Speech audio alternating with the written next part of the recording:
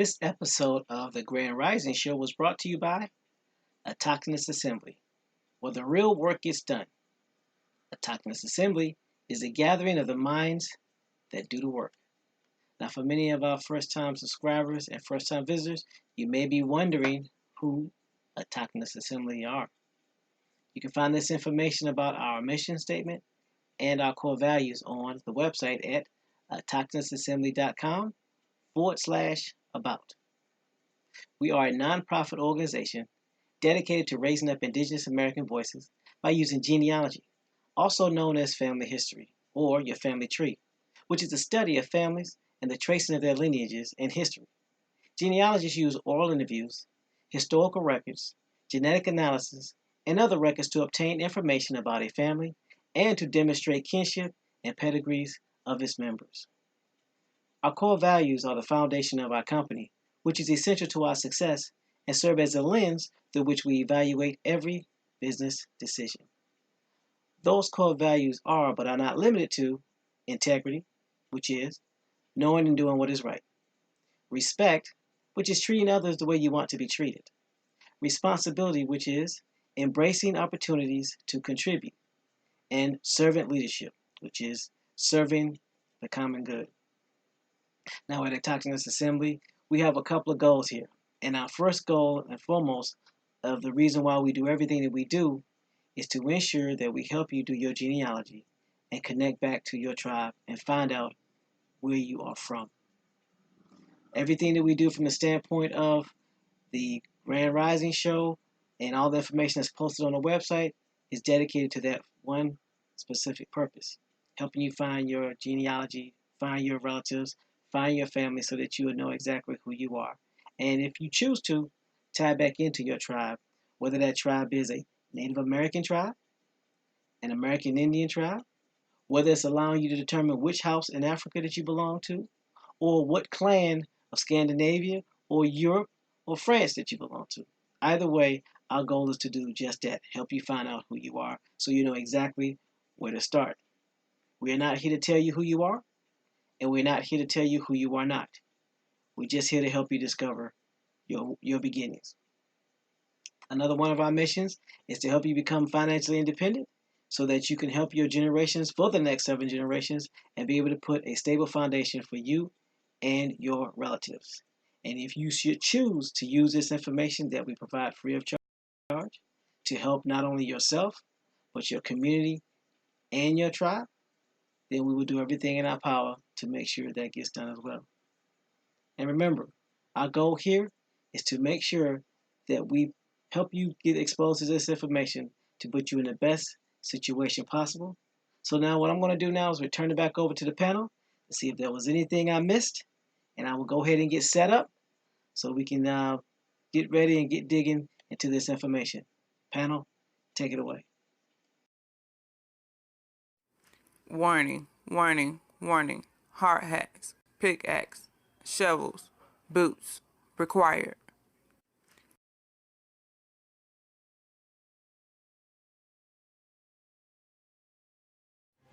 Warning, warning, warning. Hard hats, pickaxe, shovels, boots required.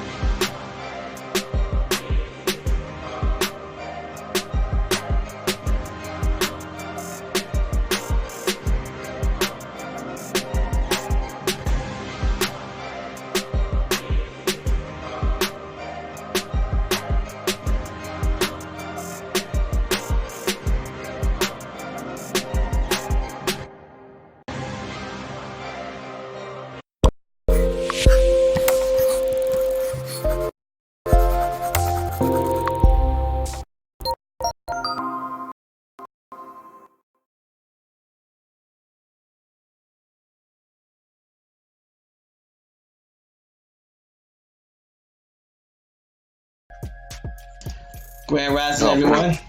Grand Rising. Hope everyone is doing well. This is Monday, the first day where we go live exclusively on our channel. What you about to say, No Sellout? I was about to say something to Gabby. See how you do it with that live button. And it's my Friday, even though it's a little cloudy over here on the East Coast, VA. But yeah, Grand Rising, peace to the chat, peace to the panel. My bad, you were saying TMH? No, I'm good. Excuse you. Oh no, nothing. I'm on mute. Just want to say peace to everybody. Hopefully everyone's doing well. All the new people that registered on the website, want to say welcome. And we thank you and appreciate you. And for the Autochthonous Assembly Silent Majority, thank you for coming on board. And to the best chat on earth, we want to thank you as well for being here. So, you want to do the roll call, No Sellout?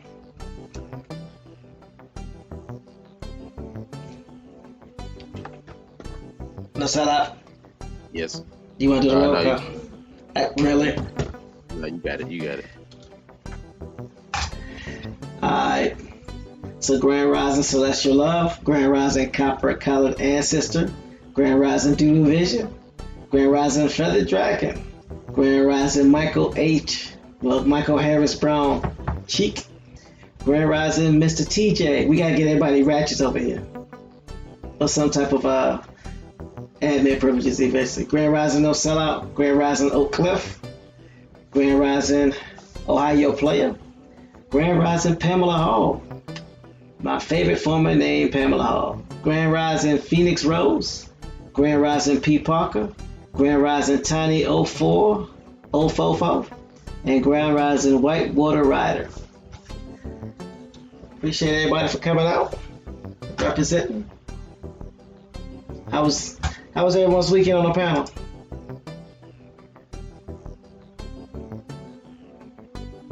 That good, huh? Great, no complaints here.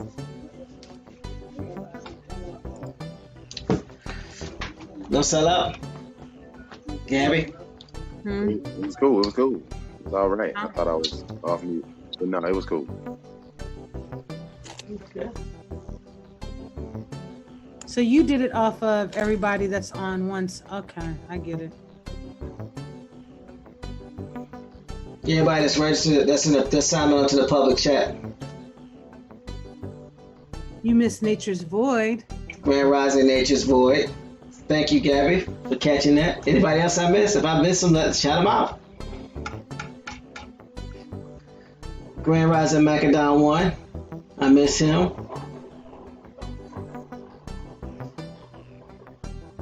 Who else I miss? Grand Rising Power 10 9. You missed UT. Nope, I don't know who that is. I miss who? Oh no, never mind. The no and cell O was blocked for a moment. I saw UT. UT out. Oot I just out. saw UT. UT. I saw UT. Okay. You missed Bones. Grand Rising Bones. My bad. How could I miss Bones?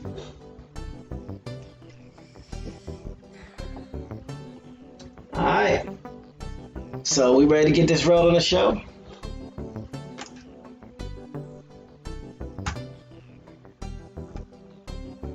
So who's reading today?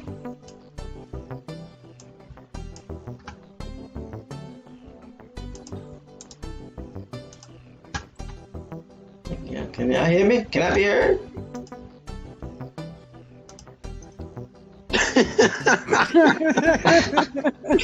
Yeah. I was waiting for Gabby to volunteer, but I appreciate that. Both of y'all got quiet. Okay, I can read. I can read. I be heard. I'm like, what's going on? Did I miss something? And nobody said nothing. Everybody got quiet. I just knew she was gonna say something, but she didn't say nothing. I was like, wait a minute. How this is supposed to work? It's supposed to be a race to the mute button. Eyes read. Okay, well I'm about to put the chat in the forum. I mean the chat in the forum. The link. Stop it.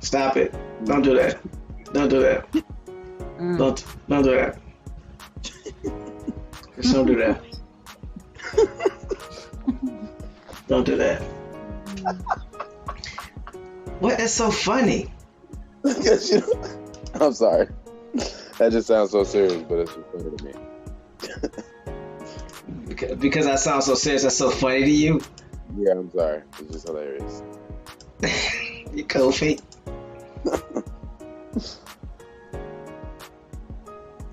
Thank you for Gabby for reading. I appreciate it. Absolutely. Gabby, you see how cuz just threw you up under the bus, right? That's double cousin. Okay. double cousin throw Gabby up under the bus. Double cousin, double decker. We ain't talking sandwiches.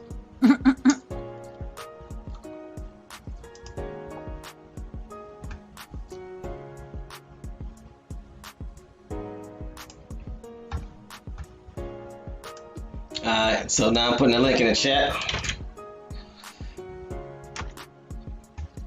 I'm about to share the screen. We are on attack on Mulway's Camp on McClellan Creek and Battle of the North Fork of the Red River. And that's the title. You making stuff up. No, I'm not. Why'd I do that? Yeah, you can. No, I didn't. For real.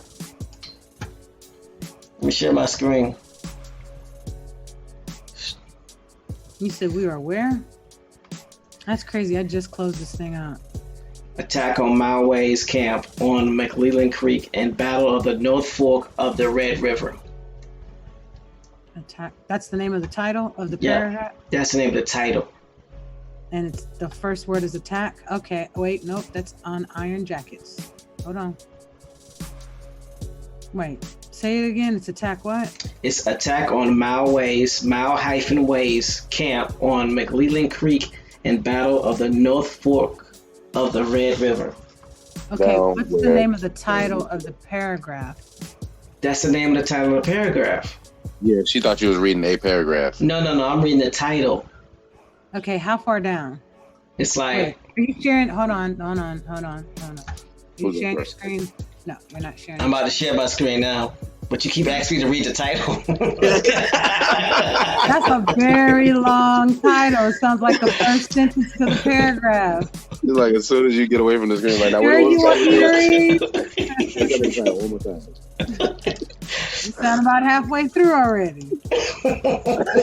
Exactly. I'm like, we done for the day with the title. I can't. Guys, Bones, I ain't signed up for this. Notice how Bones never helped you. Bones, I didn't get voluntold for this, Bones. I didn't get voluntold for this. I got voluntold to just host the show. That's all I got voluntold to do. Everything else, I thought I had to say. Where? Hold on. It's 1/3 of the way. It's 2/3 of the way down, so it's almost near the bottom. Is that your math or my math? Mayan math. How about that? I don't think that's the same link. It is the same link. I copied and pasted the link. I got it. Attack on Mulway's Camp on McClellan Creek and Battle of the North Fork of the Red River. Yeah, that's why I say it. Yeah, I just found it. She was like, what's the name of the title? That is the name of the title. No, what's the name of the title?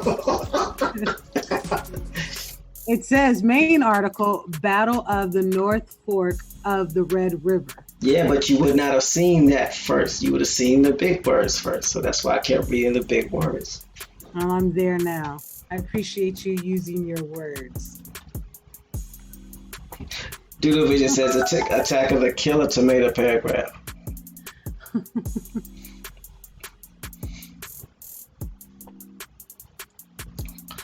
So whenever you ready, Miss Gabby Gabs. Okay.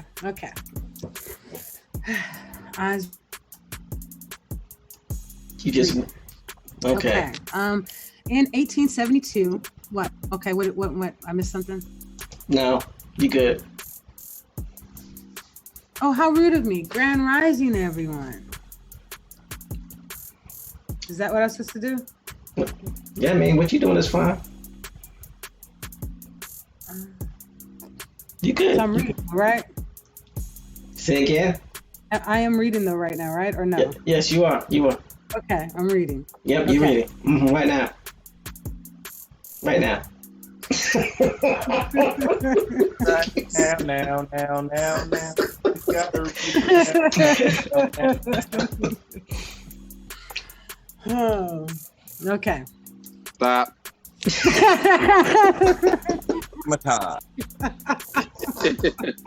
Think about it. Just making sure she's ready. You know, you got to hit the brakes when TMA say stop. Because you know, even though we hit the 10-second breaks and he's still, never mind. I'm going on mute.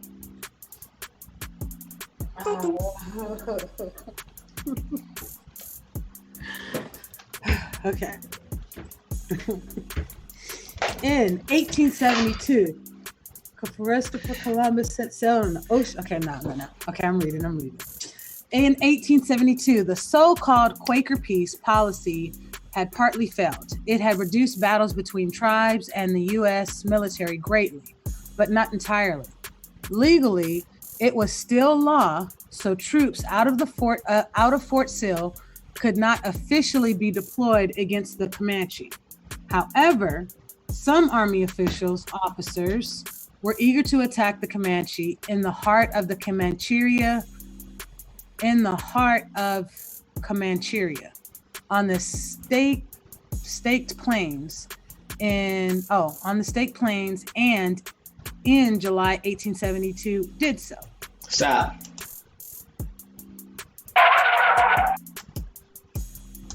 So, why do they call them the so-called Quaker peace policy? It's kind of disrespectful, ain't it? Or is that just me? Anybody find that disrespectful? No? Okay. To who? The Quakers? Yeah. I mean, because it's actually the Quaker peace policy, and they said it had failed.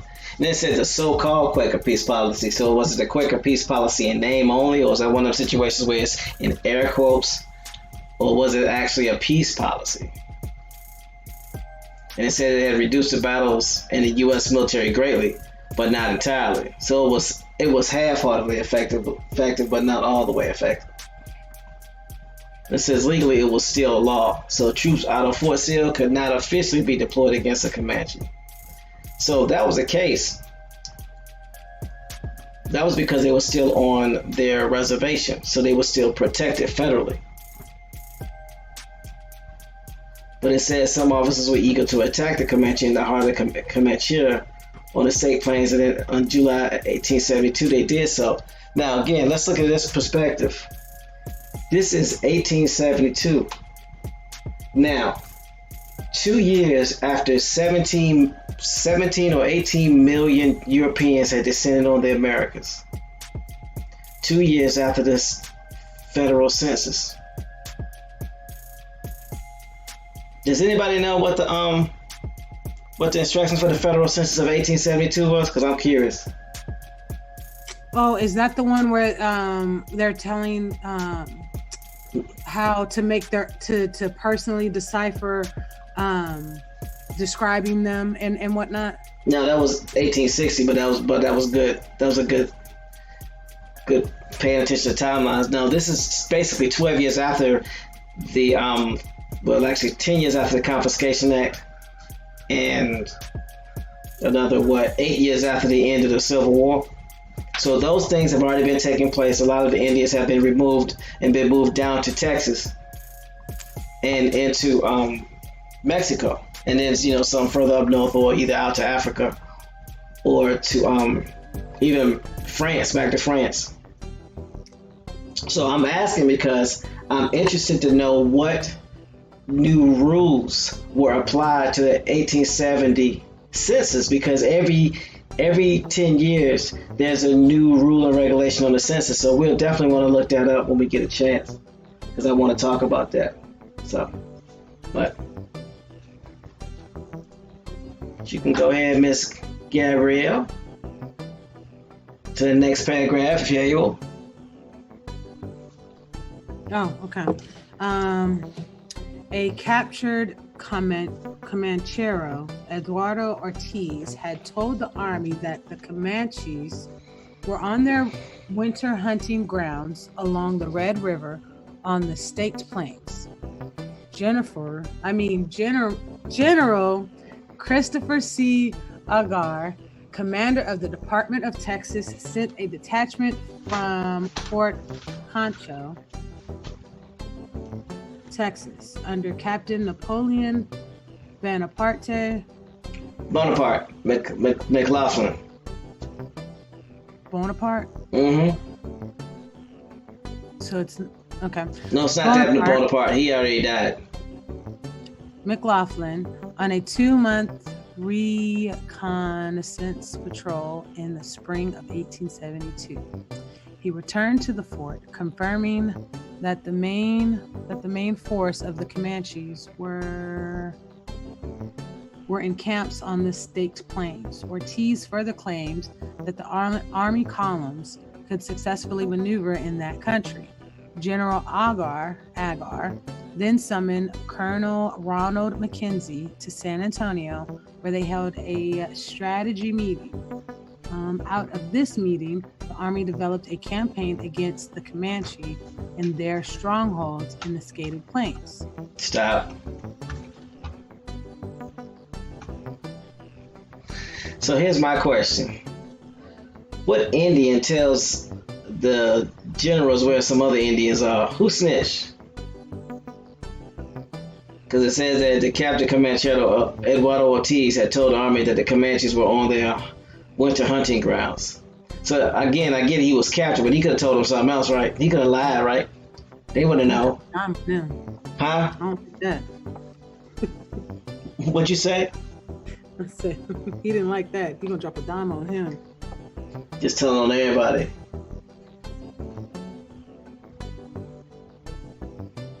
So, yeah, I'm like, who snitched?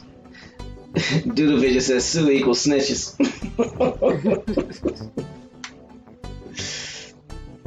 So, Doodle Vision, you put Napoleon beyond apart. What does that mean? Oh, no, blown apart. Never mind, I got it. He said Napoleon blown apart. Now that's funny. So then it talks about the general and the commander of the Department of Texas sent a detachment from Fort Concho under that captain, on a 2-month reconnaissance patrol. So my question is, did they have 2 months to capture them and bring them back? Or did the patrol take 2 months? Or am I missing something? I don't know. Maybe I'm missing something.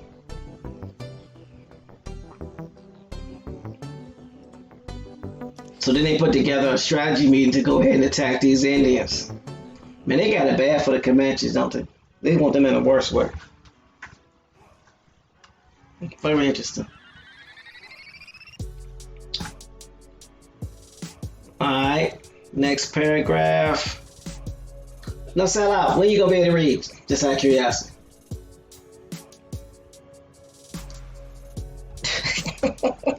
I don't know. You messing with my like a couple minutes ago. Really? What'd you say, Gabby? I said you messing with my self-esteem. You making me seem like I can't read. No, I know, right? It's been like 3 sentences into the paragraph. For real, like I'm struggling that bad. Like, yo, no, sell out. Where you at? No. I'm watching the words of that bad. No, you're not watching the words. Hey. Actually, you're better than no sellout. I like tasing him. You can't save that now. My self-esteem has already been lowered. Really? This is what we doing? You had to bring it back up. It's all right. It's the beginning. You asked me to read. I'm doing the best I can. You're doing a phenomenal job, Gabby. I just want to make sure no sellout don't get out without reading. Yeah, no, it's no. You already dismissed me. You had put me to the side. No sellout. Can you read? Can you read? No. I said, don't do that. Don't do that. Don't do that. Look, I'm going on mute. No. So, Gabby, in the words of Oak Cliff, read. Oak Cliff. Okay. Peace to the chat. Just because it's Oak Cliff, I'm going to read. Okay, tell me. On September, wait, did I read that? No, you good. That's what you're supposed to be at. Okay. On September 28th, 1872, near McClellan Creek in Gray County, Texas, United States, the 4th U.S. Cavalry under Colonel Ronald McKenzie attacked the village of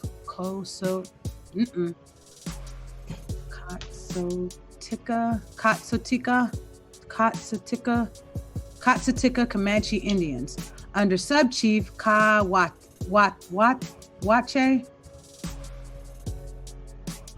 Right? No?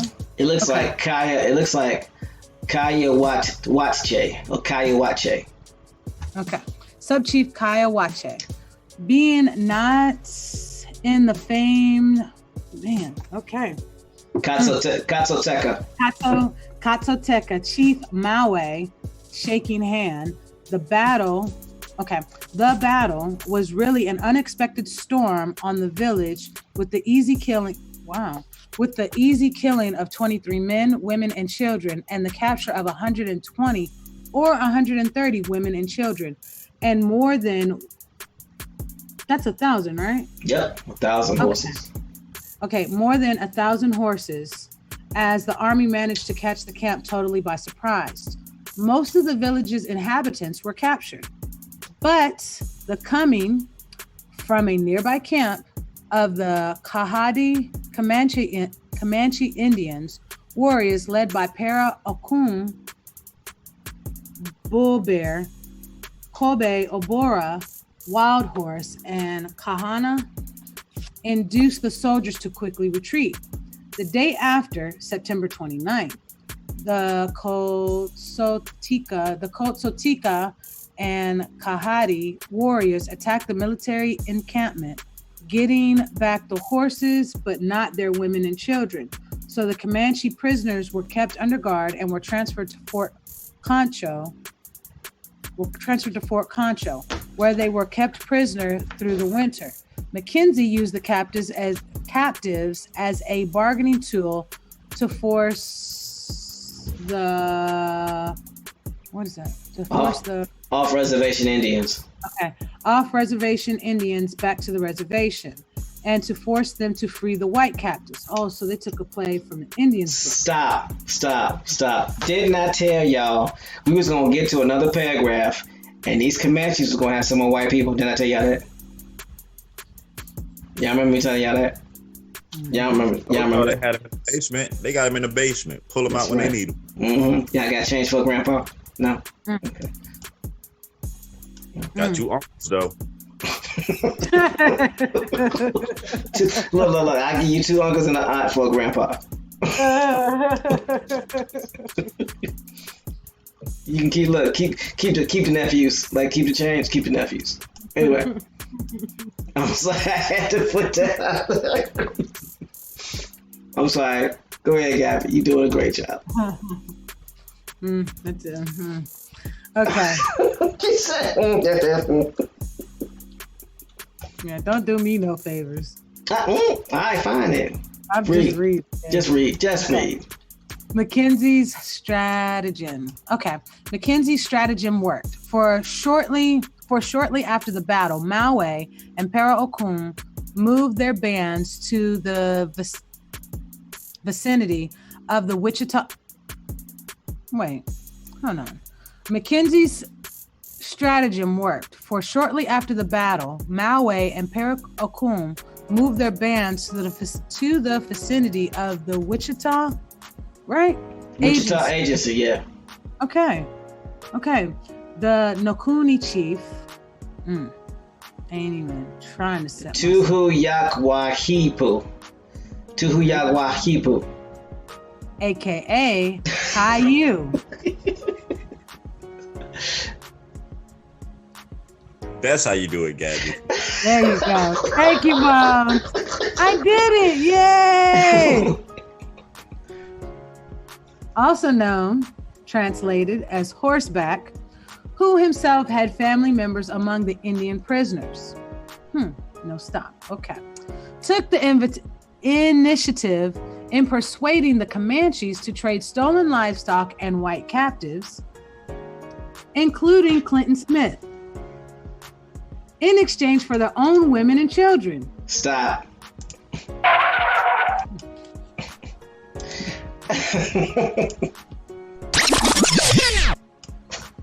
Why she gonna sit there and go, no, stop. Anyway. I'm just saying that was packed full of goodies for you. Anyway.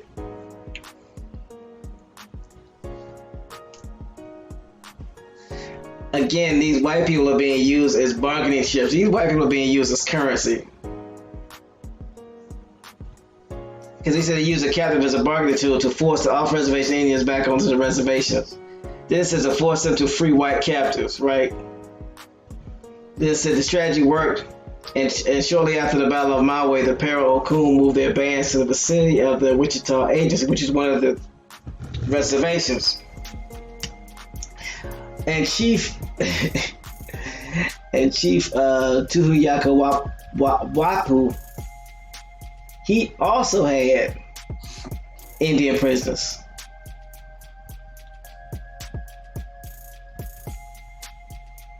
He said who himself had family members among the Indian. Oh, so he had family members among the Indian prisoners. So some of his family was held captive. That's why he was enthralled, or why he was, I guess for lack of a better term, encouraged.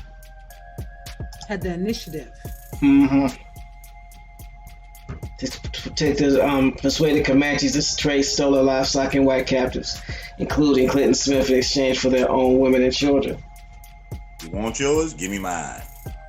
Same time. I don't know you like that.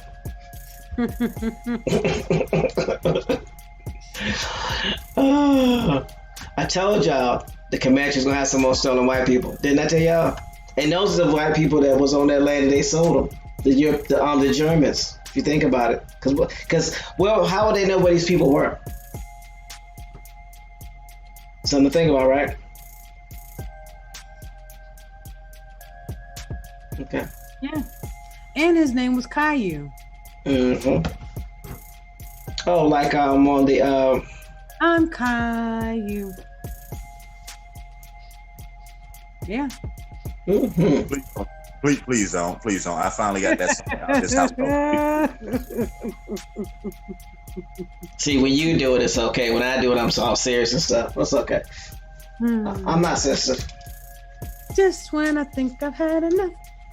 Okay, now I'm gonna stop. So you gonna read that last paragraph? It's Caillou. Yes. Okay. See, that's how you get invited not to read again. Really? Now we're throwing out threats? Fine, then I'm gonna read. This marked the first time the United States had successfully attacked the Comanches in the heart of Comancheria, and showed that the Staked Plains were no longer a safe haven. Okay, I'll read that again. I wasn't sure if I read it right. This marked the first time the United States had successfully attacked the Comanches in the heart of the Comancheria and showed that the Staked Plains were no longer a safe haven. Further, this battle emphasized if the army wished to force the wild Comanches onto reservations, the way to do it was to destroy their villages and leave them unable to survive off of reservations.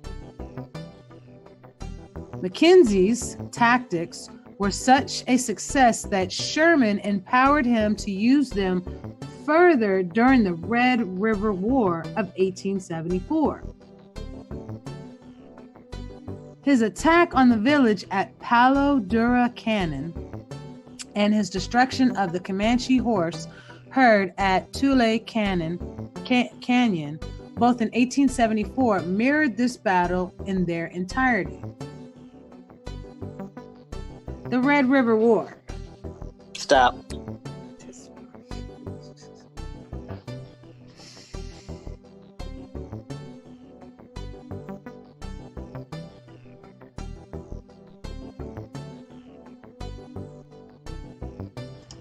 So what do we know? We know that an attack or a strategy finally worked, right?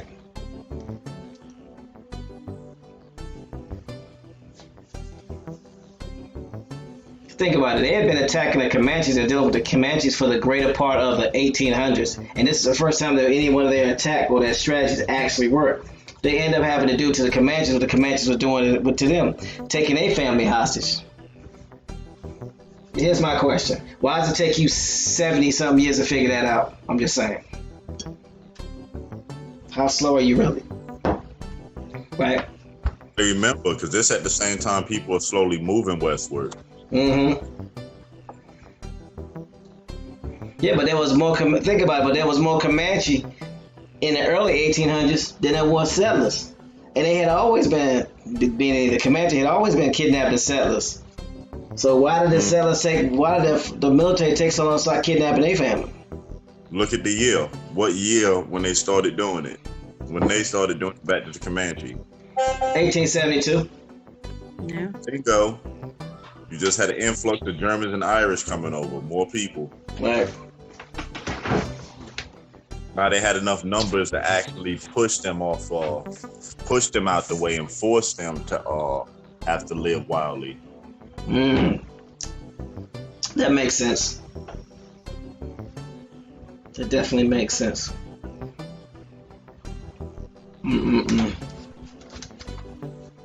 So you have the Red River War, the paragraph, and you have the Red River War in italics. So apparently that war has some merit. So what we're gonna do is we're gonna go. Go ahead. Isn't that the same Red River rivalry? That war is what that football game is based on, the Red River rivalry. Probably got to look it back up, but I think that's the attitude to it. Let me see if I can find it right quick.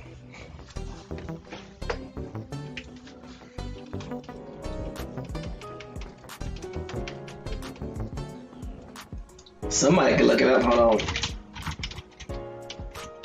You're already on it.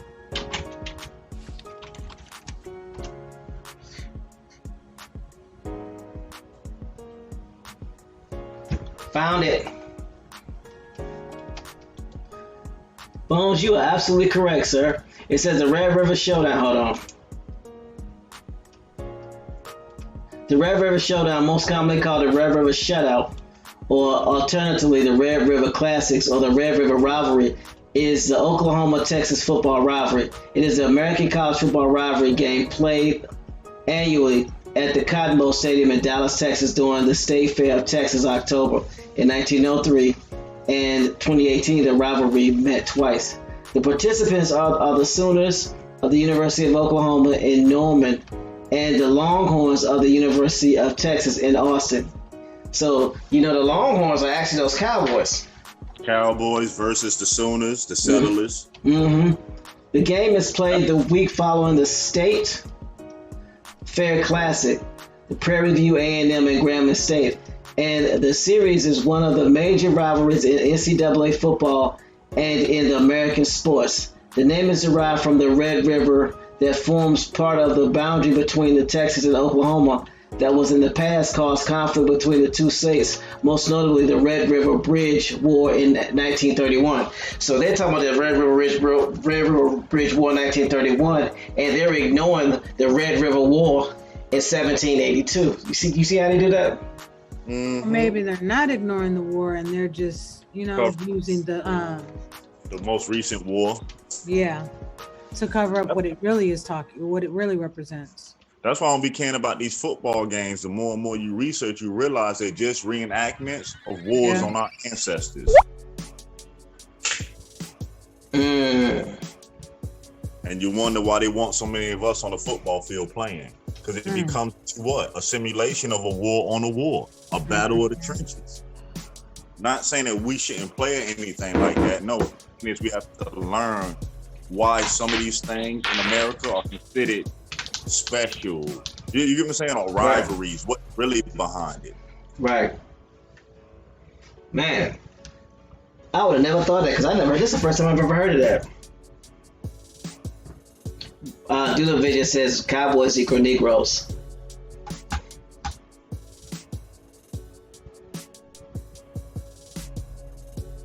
Okay, what else does it say about that? It says that the Red River Showdown trophy is exchanged based on the outcome of the game.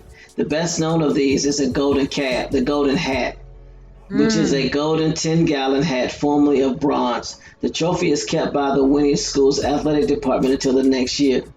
A newer trophy, the Red River Rivalry Trophy, has been exchanged between the two student governments since 2003. The governor of Texas and the governor of Oklahoma also exchanged the governor's trophy and frequently place a bet on the game, such as the losing governor having to present a side of beef to the winning governor, often donated to charity. Another annual tradition is the running of game balls by the school's Reserve Officers Training Corps programs.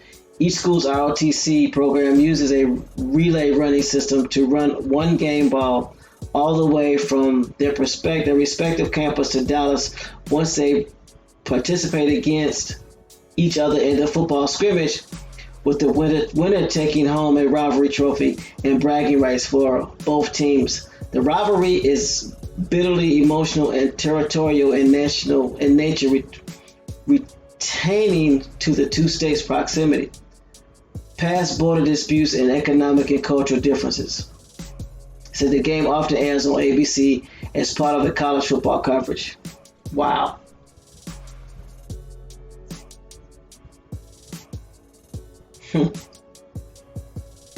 Come on, y'all. Think about that, right?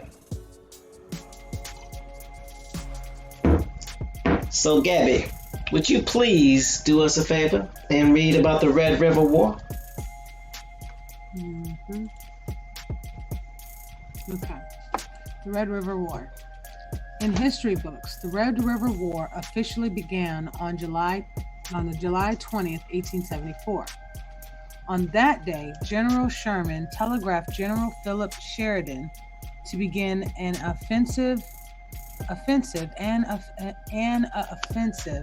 against the Kiowa and Comanches on the plains of West Texas and Oklahoma, and either kill them or drive them to reservations. The Army essentially adopted Mackenzie's tactics of the 1872 campaign at North Fork in their entirety. Attack the Comanche in their winter strongholds and destroy their villages and ability to live independently off their reservations. Stop. Telling you they made them dependents. Ain't that something? Yeah. Turned them into wards of the state. Mm-hmm. David Corey said YouTube wasn't working on my phone. That's because we didn't run it on your phone. We didn't run YouTube today, David. That's probably why. David Corey got jokes. Sometimes it's hard for me to pick up a sense. Look, it's hard for me to pick up a sense of humor sometimes. I don't know why we have this stuff he's saying. He knew we weren't over there. No, he might not have. He might not have. Doodle Vision says they are leaving out the most dirty. No, I'm sorry. Doodle says they are leaving out the most important group during the Red River War. Would that be the Isa? Doodle?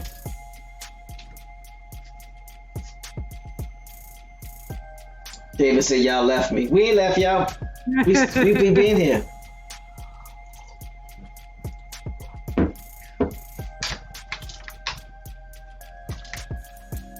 Well, Grand Rising, glad you caught the cab, David. Bones, did they leave out the Itza again? They being the historians. Because considering it's a river, somebody got to have some boats to fight, right? Because I don't think that's a small river. Okay. Is it? He said the Itza, the Cato, and the Wichita Alliance. Wow. So the Itza, the Natchez, and the Wichita allied with each other. Well, I mean, technically they may not have if we read it correctly. It says in the history books, comma. And you know, anytime you see a comma, it ends one statement and begins another. So it's saying that in the history books, it may not be fully factual, if that makes sense. That's exactly what that means. But they're not going to tell you in the history books about the alliance between these three different tribes, though. That's why they're not mentioned. So they want you to think that the Indians had no type of organization, no type of skills of coming together. But the more and more you read, you realize that's the false part of this story. They're still fighting Indians in 2019. Well, okay, so in the previous paragraph where it talks about Mackenzie strategy work for shortly after the battle, Maui and Parakum moved their bands to the vicinity of the Wichita Agency. Is that the reference, or am I reading wrong?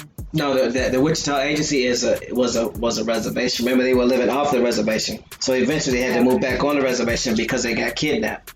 Their family got kidnapped. And that chief's name, who you didn't want to read, Caillou. Caillou? Yeah, his family members are worse. I didn't want to read it. I'm just picking with you. Stop it. I was about to say, you volunteered for that one. I got Caillou. I hate you right now. I hate you. Oh. I would say what I was going to say, but we're going to keep this G rated. I'll say it in the back chat. Wichita Indian Agency, Oklahoma. Indian tribes associated with this agency. Originally Wichita, was that Kichi, a little later Caddo, what's that, Anadarko, Waco, Tonko, what's that, Tonkawea. So when did I'm sorry, go ahead. Michi, Delaware, Shawnee. Yeah, it's basically a reservation with 1, 2, 3, 4, 5, 6, 7, 8, 9, 10, 11, 12. 12 different tribes put together on one reservation in 1857. Doodle said those are all your Uli tribes.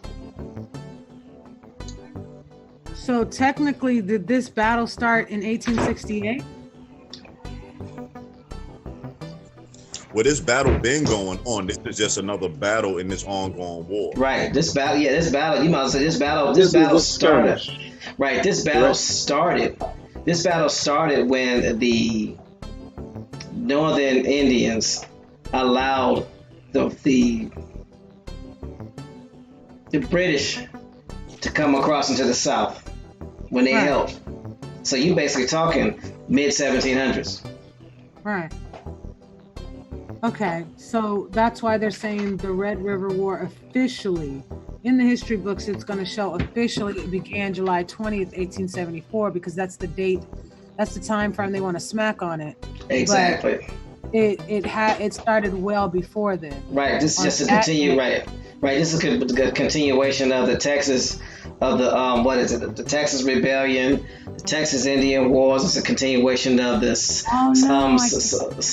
Seminole Wars. It's a continuation of the Creek Wars. I mean, the war never stopped. This is just a continuation. They're just breaking it up into different time frames. I just figured out why they got this time frame. The major key, how you know it is, how else do you get 12 Indian tribes on one reservation in 1857? How did you get them there? They didn't voluntarily go to a reservation, give up their land. They were fighting, and you removed them and put them on reservations. Mm-hmm. Confiscation Act of 1861, which started the Civil War.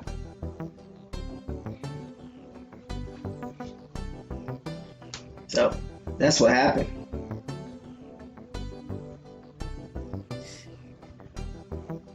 Oak Cliff said, my grandma called me Shawnee. Doodle says they were already there. Yep. You just boxed them into an area because you had two agencies, the Texas agency and the Wichita agency. Texas agency got discontinued and only left the Wichita agency. Exactly. You got to remember what's really important about 1870. 1870 is the year the 1866 Civil Rights Act became law. Mm.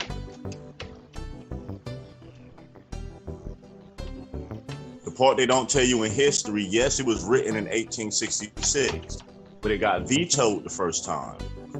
Well, the first couple of times. It didn't get passed through until Congress, it got vetoed, but Congress passed it through anyway, making it law 1870.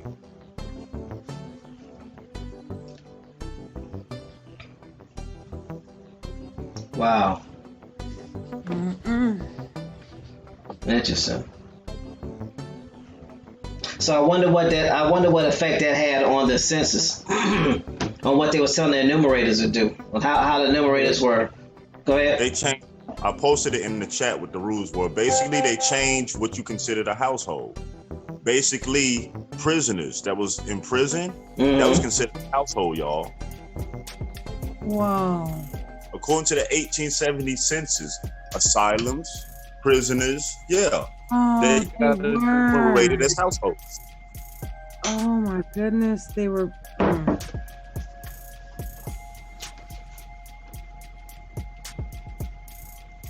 And it's easier to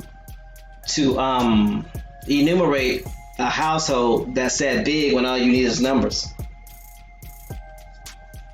Yep. Because once they're enumerated, whenever they leave, you just continue to follow them and track them to be easy to do that. Wow. 9 times out of 10, they ain't gonna be able to afford to be able to go nowhere else, because now you gotta start looking at what they're gonna put into place. They're putting in place the color of law, the color codes, the Jim Crow laws, and all those other things. So they stuck.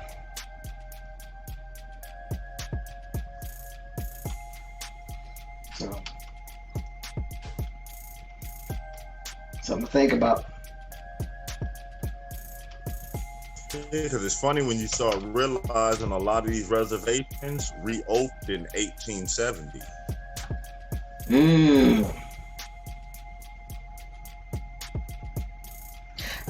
You know something I was watching?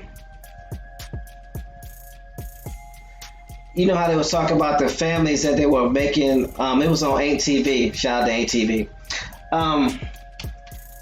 You know how they talk about the families that were basically pickers of crops and stuff, and they showed this one group of one family that was on the they call it the Okeechobee camp.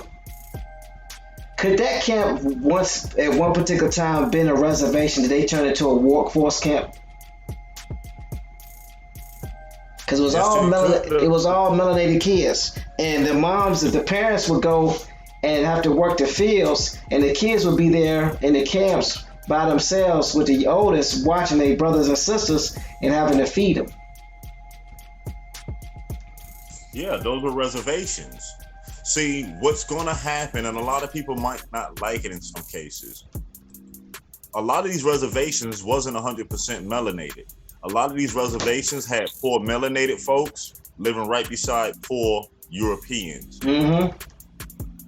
And look, they were considered the lucky ones. If y'all ever get a chance to watch it on TV, it was powerful, because they were talking about how the people that lived in the camps were fortunate, because there were people that were homeless that were sleeping in the grass, sleeping in the park, sleeping everywhere, and the police didn't bother them. They didn't have laws and ordinances to keep them from doing that.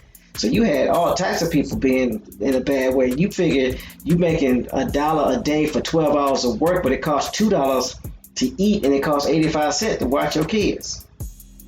Yep.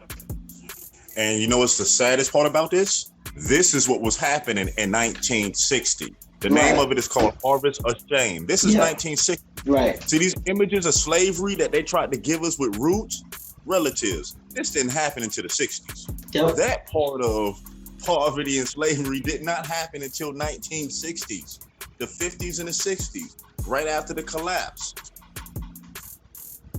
Doodle Vision says a lot of, I'm sorry, Bones. Doodle Vision says a lot of the poor white trash were German and Irish, exactly. I'm sorry, Bones, go ahead, I didn't mean to cut you off, bro. They force people into poverty. Yep. That's why these timelines are so important. You had the great collapse of the financial institutions. Then you notice after that, you have a dramatic change. Where did all these new poor folks came from? Because you didn't have them before. Right. They created them. Created a new work class. That's exactly what they did. It was all about workers. It was all about finding, and then they talked about how they were bringing in people from South America to compete with the people that was already here, undercutting their wages even more. Remember that pastor that was there? He said that one of the you might as well call him the foreman. Sorry, Pamela Hall. Sorry, Oak Cliff. One of the foremen or the middleman made $14,000 in 1 month, while he was making more money than all the workers combined, because he'd actually get the contract for 45 cents a barrel, but he was only paying 12 cents. And that's a lot of this happened. My ancestors was growing crops and stuff, but a lot of them wasn't transporting it and selling it. It was a foreigner that was doing it. So the foreigner selling it for one price and giving you a totally different. You'll see a lot. You got cut out, Bones. Now I was saying that you'll see a lot of that happening to where ancestors growing crops and stuff, then you have somebody else transporting it, moving it, or selling it, then coming back and giving the ancestors pennies, dollars on what it was really worth. Mm-hmm. Greed. That's all it was. And they could get away with it. And they was against getting any policy that was going to give them anything that was going to help them or increase their wages. Like how it is today. Instead of increase American workers' wages, the country rather bring in immigrants that's going to work for cheaper. Yeah. But the people's going on. Because we've become an expensive workforce, if you look at it. Back in the 70s and 80s, majority of us were working, as teenagers, majority of us was working in the restaurants, working for fast food industries, being the groundskeepers and stuff like that. Who's doing that now? It ain't us. Anytime a class or a group becomes too expensive, they get rid of you.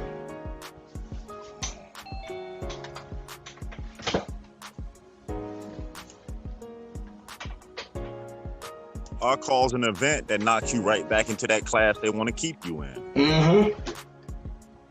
They've done it to us at least, a good 10, 15 times, Bones? Yep. Every time you realize there'd be some policies, they'd be like, okay, melanated people can own homes and get this and get loans. Then the next thing you know, 5, 18 years later, the bubble bust. Mm-hmm. Capturing a bunch of us, putting us right back into that former servitude again, to where now you have to go out here and work for pennies on the dollar because you have a family to support. Yeah. Grand Rising, James Flames, Doodle Vision, what's going on, bro? We definitely appreciate you as always. How you feeling? Peace. Grand Rising, good people. I am much better. I am seeing the light at the end of the tunnel, and I hope it's not a train. Thanks, brother. No sellout. Choo choo. Got a couple of more, got 5 more meetings left, and then I'll be somewhat back to normal. But I appreciate you all doing what you're doing. I've been checking it out in the wee hours, so y'all apologize when y'all get my messages in the middle of the night. That's when I get an opportunity to catch up and everything. So I just wanted to add in, when you all see these groups of people, you see the Caddo, you see the Wichita, you see the Waco, you see all these different groups of people. Just put in your mind, all of those are Uli, all of those are us. And I hate to use that phrase because again, it reminds me of somebody else, but all of that, all those people are us. So when you look at the Wichita Agency, that is your Buffalo Soldiers. That's why you will find Buffalo Soldiers. Now interchange Buffalo Soldiers with Seminole. Because again, Seminoles were still us. They keep talking about these so-called runaway slaves, but it was all of our alliance. It was all of the Uli. So when you're seeing these people in Wichita, you're seeing the people along the border in Mexico, those are the Uli. So when I say the panel, I know you don't, but those that may be listening, when they're talking about, oh, the Comanche and, oh, they did them so wrong and then they sent them here and then they forced them back to the Wichita Agency. This was a three-way war. This was a war between the Plains Indians, the Europeans, and the Uli. It was a three-way war. So you're going to see all of these pieces being interchanged and what's going on. And the reason why I wanted to just reiterate, they're not focusing on us because they go back and they rewrite these records to say that it was an influx of all these Europeans with all of these slaves when we were already here. Because Palo Duro, when they mentioned Palo Duro, that was already abandoned during the previous Earth Age. And I know that's going to blow some people out of the water, but there was a previous Earth Age, and Palo Duro was underwater. For thousands of years, it was underwater.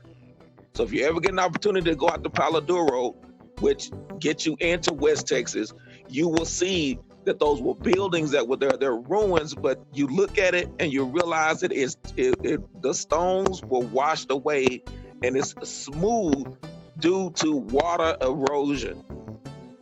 So that was the divide between us and those Plain Indians, because when you start going out west like that, you get patches of an oasis here and there, but for the most part, it is desert land because all that vegetation had been washed away. During a previous Earth Age, there were people that lived there, so you'll find old monuments in stones and structures, but we weren't there. Wichita, which is why they call it Wichita Falls, Texas. So interchange Wichita with your Washita, which gets you your Choctaw, which still gets you back to the Uli. They're mentioning us without mentioning us. With that, I yield the mic.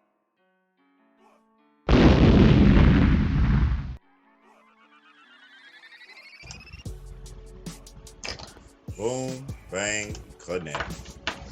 Exactly. So the Wichita Agency are your Buffalo Soldiers, which are your Seminole, which are us. In your Waco or Itza. Let's say just remember these names, because start looking at all of these, although we keep our names, but notice how they have these chiefs and these tribal names. There are these bootleg, jacked up names. You're like, where did that come from?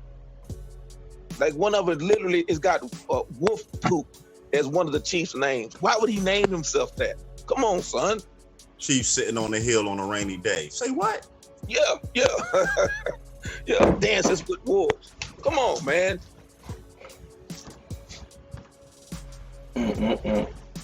But you can see the change in names.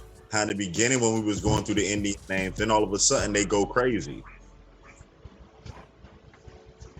They go from you can't pronounce it to why would I even want to call myself that? Exactly. They do the same thing to us now. You tell them your name and they're going to come up with some jackleg version of it, and you can keep repeating it, and they're still going to call you some derogatory form of that name. And I'm glad you said that, Brother Thomas, when you mentioned about they're not mentioning the Itza, but you're in there. Look at these different so-called tribal names. You keep saying it. they spell it ISA, but then they'll say wolf this and wolf that, and wolf this and wolf that, because you all still control the waterways. So they knew that. But again, if they never mentioned that you all were the Navy, then you're not going to start looking into who you really are. Right. Got it.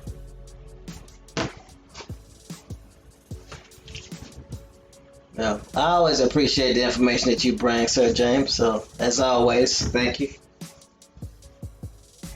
Oak Cliff says, my Davis, Wichita, Seminole. My home relatives are Sioux. Wow. Welcome home, Catawba member.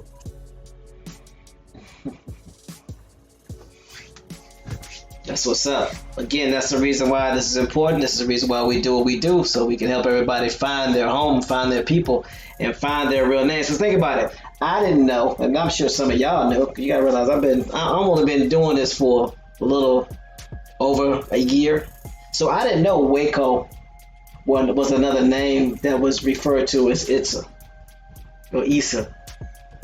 So, thank you, James. Appreciate that.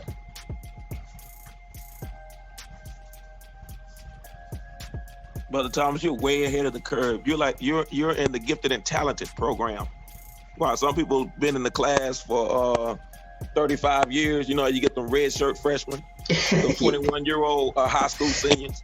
You don't get it. Well, I'm in great company, so it makes learning easier. When y'all make it fun, and y'all just y'all let me progress at my own pace. So definitely appreciate it. Then we got a great chat. Great team overall, man. I'm excited. David, oh Lord, I'm not even repeating that, David. So, all right. So, Gabby, do you want to read or do you want to make no sellout read? I mean, I can read. That's not what I asked. I'm working on my self-esteem. I allowed someone to infiltrate that and knock it down. I'm working on my self-esteem and self-confidence. Well, read on, sister. Read on. Grand Rising, James. I appreciate your knowledge and wisdom. One day I want to grow up to be just like you. Oh, good, Sister Gabrielle. You don't want to be like me.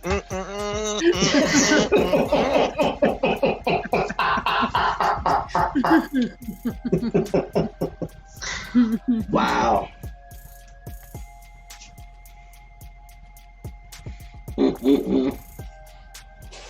Wow. Okay, so I don't know if y'all saw this. James put in here that he said the Baptiste doubled down on Waco. You hear that? No sellout. Antonio. Oh shoot! Gabby. Oh shoot! I did it triple time. I was there.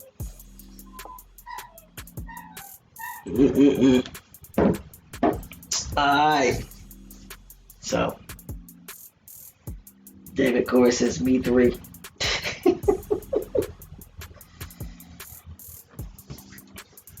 Alright, so we can where are we at? The during the summer of 1874, correct? We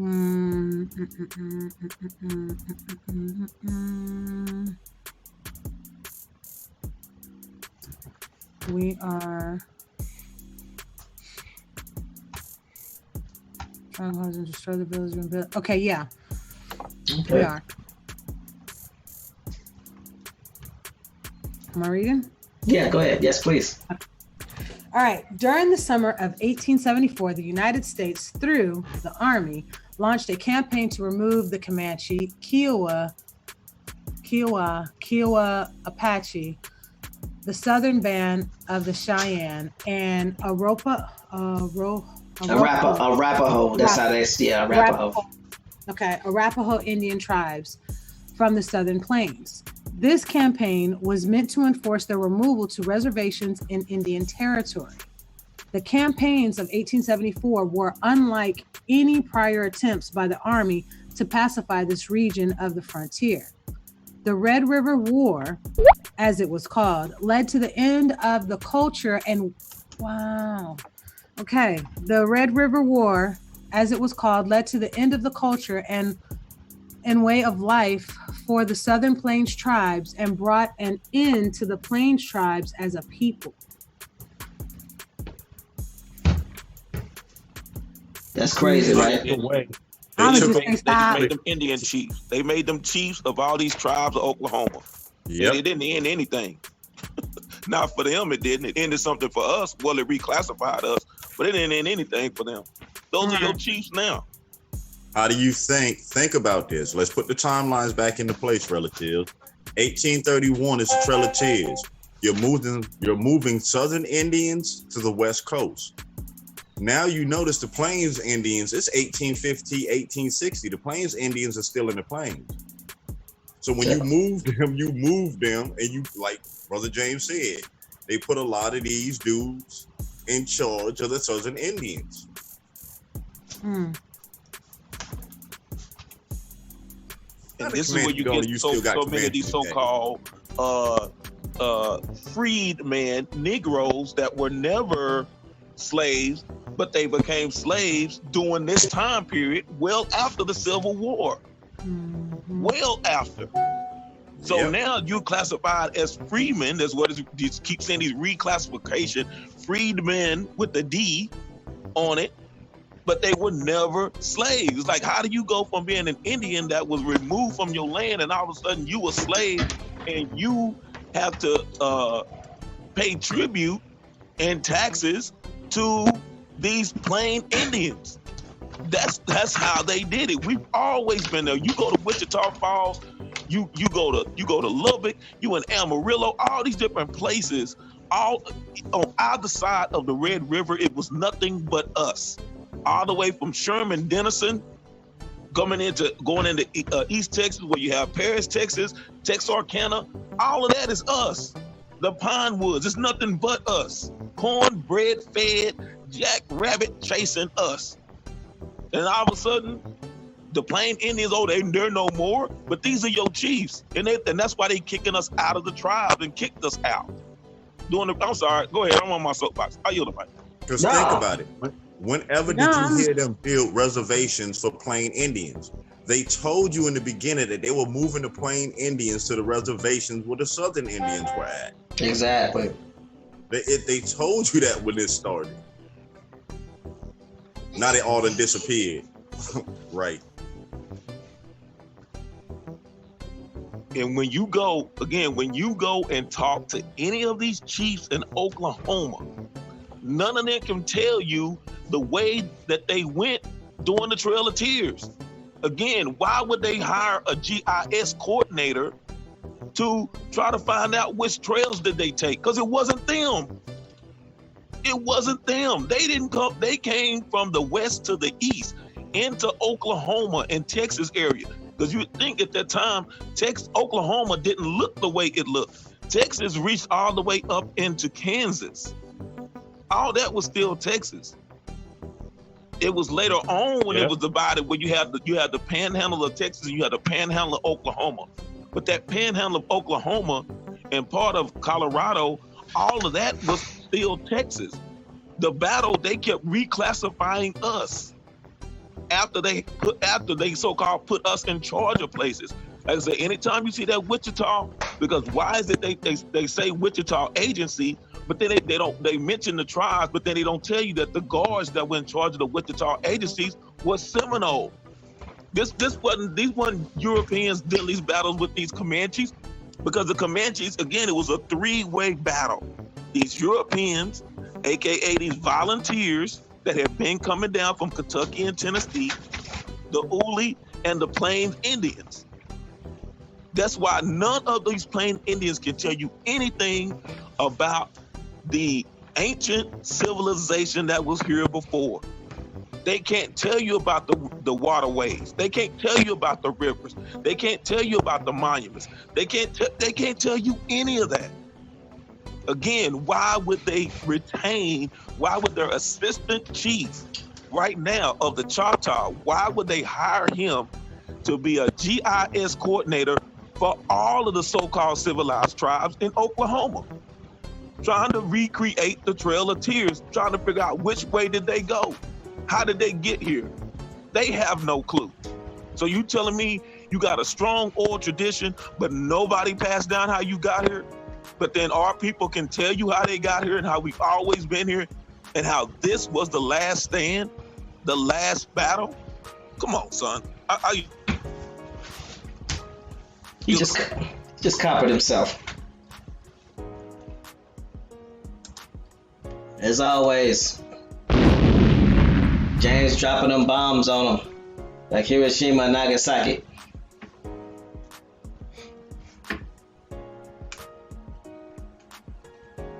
I don't know what to tell you. So.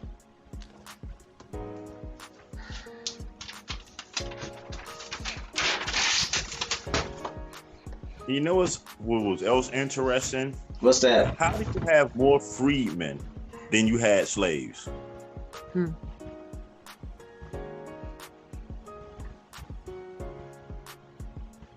See, again, Lectio da Facilio, they were freed from their land.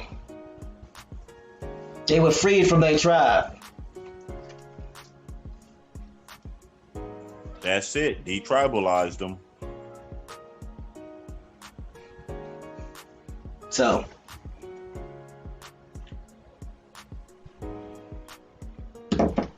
next question.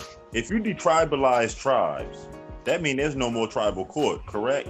that's right. Tribal courts ended in what, the 1840s, 1830s? Mm-hmm.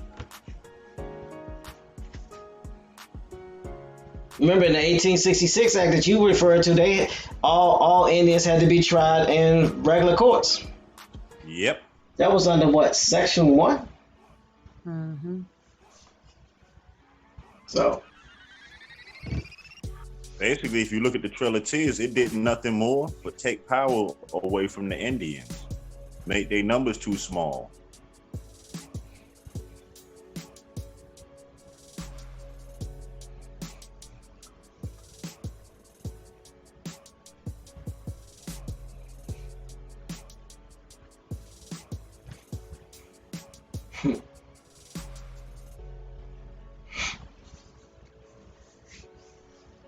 it's crazy.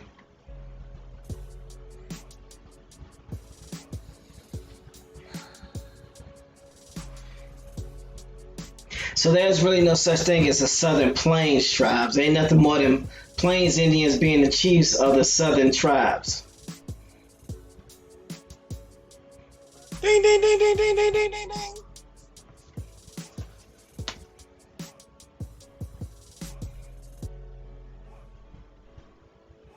Mm-mm.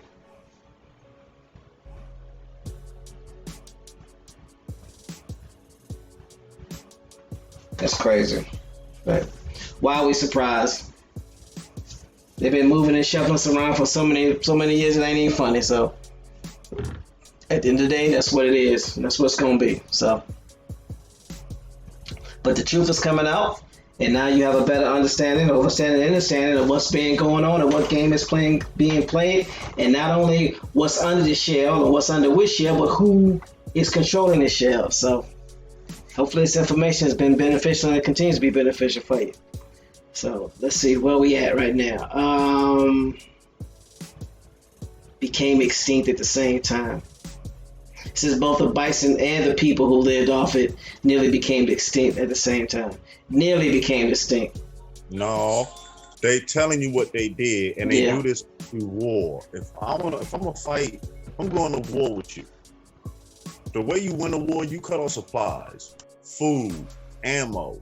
So if I want to get Indians to remove, I start killing their main food. That's it.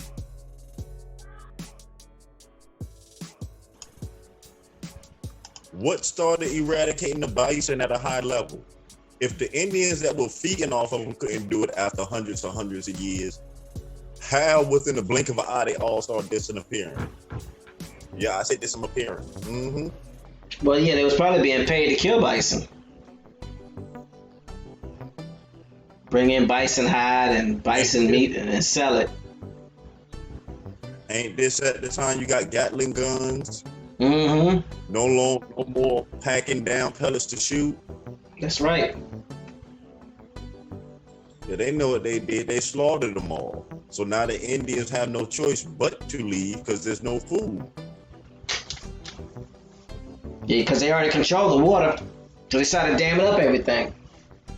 Yep. Hungry people do some crazy things and make some crazy decisions out of hunger. Mm-hmm. And when it's your family that's hungry, yeah, you're gonna do what's best for your family in the long run. So that's for real. So, all right, Gabby Gabs, you ready? Yeah.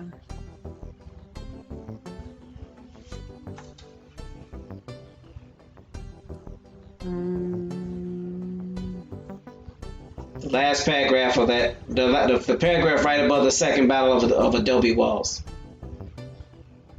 There were perhaps 20 engagements. Okay. There were perhaps 20 engagements between Army units and the Plains Indians during the Red River War. The well-equipped and well-supplied Army simply kept the Indians running, and in the end, they simply ran out of food, ammunition, and the ability to fight any longer. Which basically supports what Bones has said. Now, what I want to do is I want to go back up and click on the Red River War to see what it actually reads.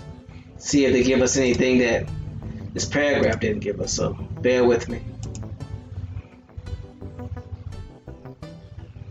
So they said this war lasted from 1874 to 1875, location the Southern Plains. That doesn't tell us anything. The Southern Plains, what's that? Wait, what did you pull up? I put up the Indian River War, so I put it in the chat. No. Okay, did you? The Red River War, excuse me. Did I what? No. I was just looking to see if I pulled up the same thing you pulled up. You clicked on the link, you probably did.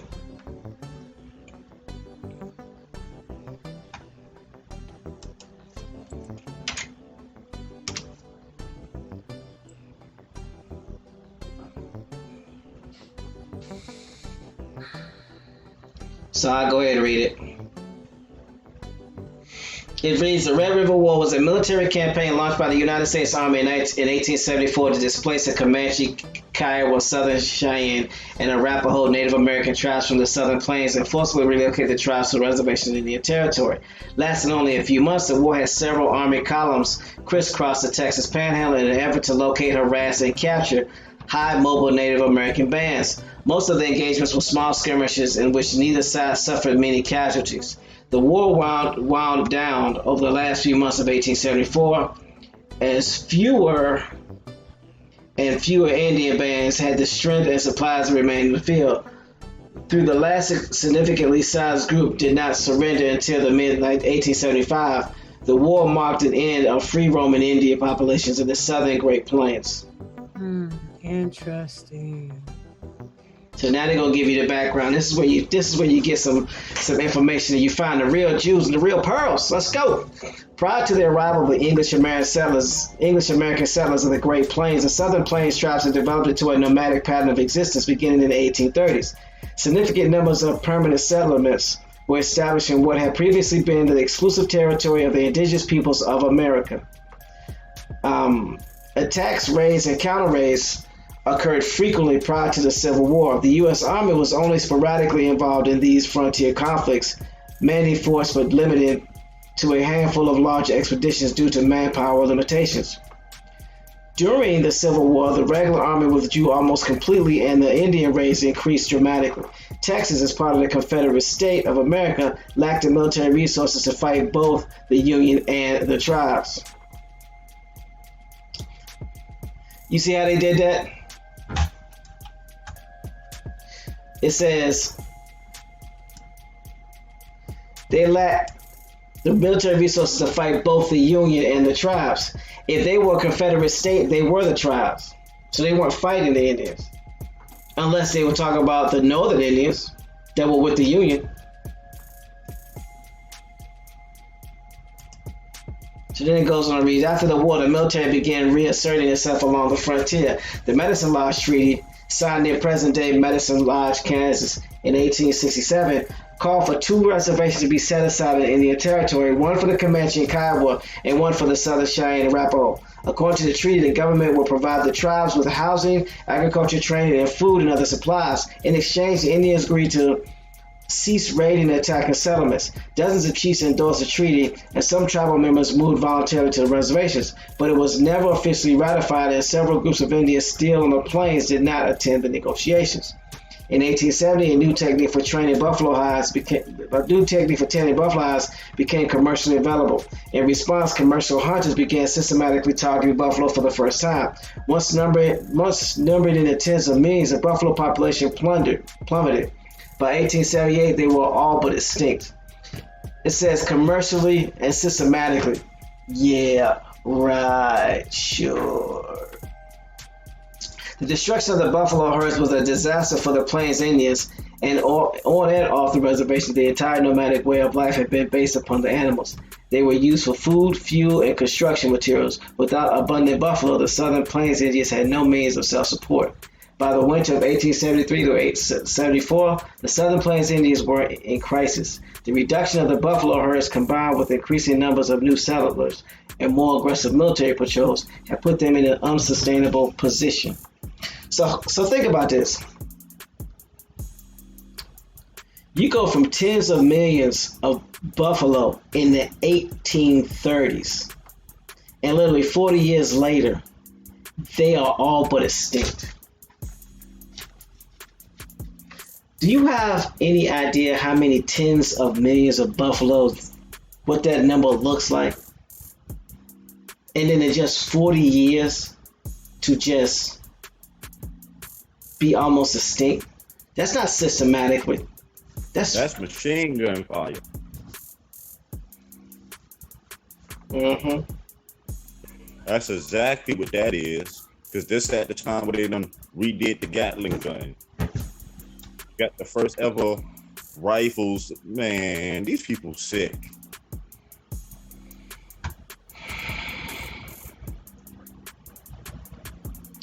So then it talks about war. It says, during the winter, a spiritual leader named Isatai emerged among the Khadei band of Comanches. Isatai claimed to have the power to render himself and others invulnerable to their enemies, including to bullets, and was able to rally an enormous number of Indians for large raids. Also, a shift occurred while the political structure of the Kiowa, bringing the war faction influenced by the head of the Gipago or the Gaipaho, sometimes known by the modern people as Lone Wolf the Elder, to prevent confusion with the Mame deity, later known Lone Wolf the Younger, into a greater position of influence than they had been previously. Okay. It says on 27 June 1874, Isatai and Comanche chief Quanah Parker led about 250 warriors in an attack on a small outpost of buffalo hunters in Texas Panhandle called Adobe Walls. The encampment consisted of just a few buildings, and most was occupied by only 28 men and 1 woman. Though a few whites were killed in the opening moments of the second battle of Adobe Walls, the first had been in 1864. The majority was able to barricade themselves indoors and hold off the attack using large caliber buffalo guns. What you say, Bones? Using large caliber buffalo guns, the hunters could fire on warriors from much greater range than the Indians had expected. That attack failed. They had built guns to kill buffalo, which is basically what you talked about. Yep. The second engagement involving the Kiowa took place in Texas. Warriors led by a Lone Wolf attacked a patrol of Texas Rangers in July. The Lost Valley fight had light casualties on both sides, but it served to raise tensions along the frontier and push the army into an aggressive response. The explosion of violence took the government by surprise. The peace policy of the Grant administration was deemed a failure, and the army was authorized to subdue the southern Plains tribes with whatever force necessary. At this time, roughly 1,800 Cheyenne, 2,000 Comanches, and 1,000 Kiowa remained at large. Combined, they mounted about 1,200 warriors.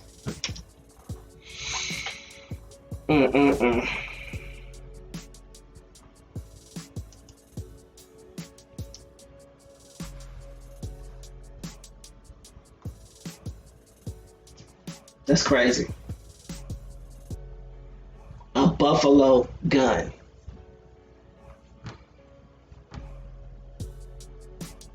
Like they say, you take away the food,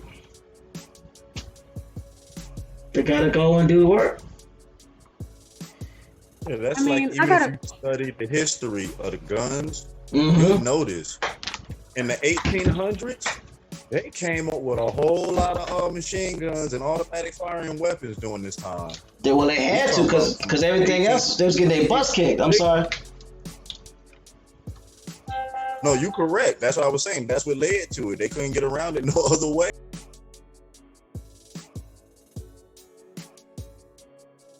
And I'm willing to bet you they weren't the ones that actually invented those weapons. One of our ancestors invented those weapons. They took credit for it. And because think about it, what are they really known for creating and building? I mean, in all honesty, nothing. Yeah, they got their first one from the Chinese, 100-shot automatic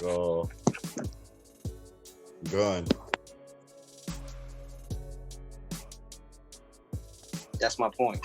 They don't create nothing. They steal everything and put their name on it, and then they want to credit themselves. But you have no military strategy, and everything that you get, you take from somebody else. You don't create nothing, but you just know how to put your name or reclassify it. Yeah.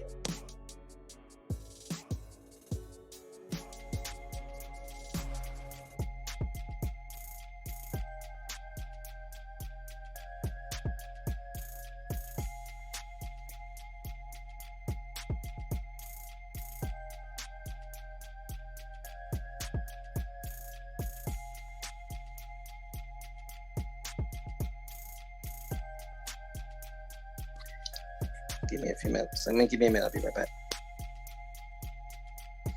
I got a question. Go ahead.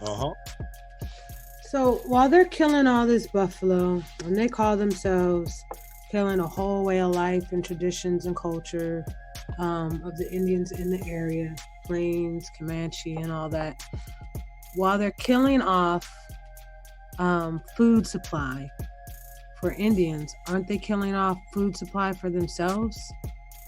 No, the buffalo isn't a mainstay in the Europeans' diet. Remember, they bought a lot of their foods with them. Like the pig, that's foreign. The domesticated cows, because remember the cow, that's not real, that's a hybrid. The chicken is a hybrid. Okay, I'll bite, because I didn't know. How is a chicken a hybrid and how is a cow a hybrid? When have you ever seen a wild chicken or a wild cow walking in the woods? I'll wait. The cow that you know today is a hybrid. Of what? The original animal here is oxens. It's not a cow. Cows are, I'm trying to remember the two species that come together for them to get the cow. Okay. It's the same thing with the chicken.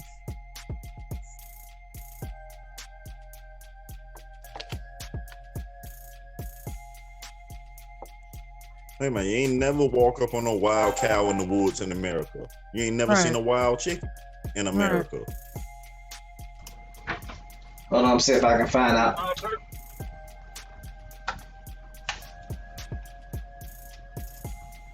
What you say, James, about a wild turkey? Oh yeah, you can see wild turkeys. I've seen wild turkeys.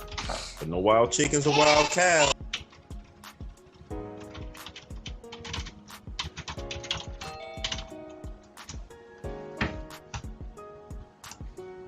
That's crazy because I was telling somebody the other day, I was like, do we even really know the life expectancy of a cow or a chicken because they never live their full life?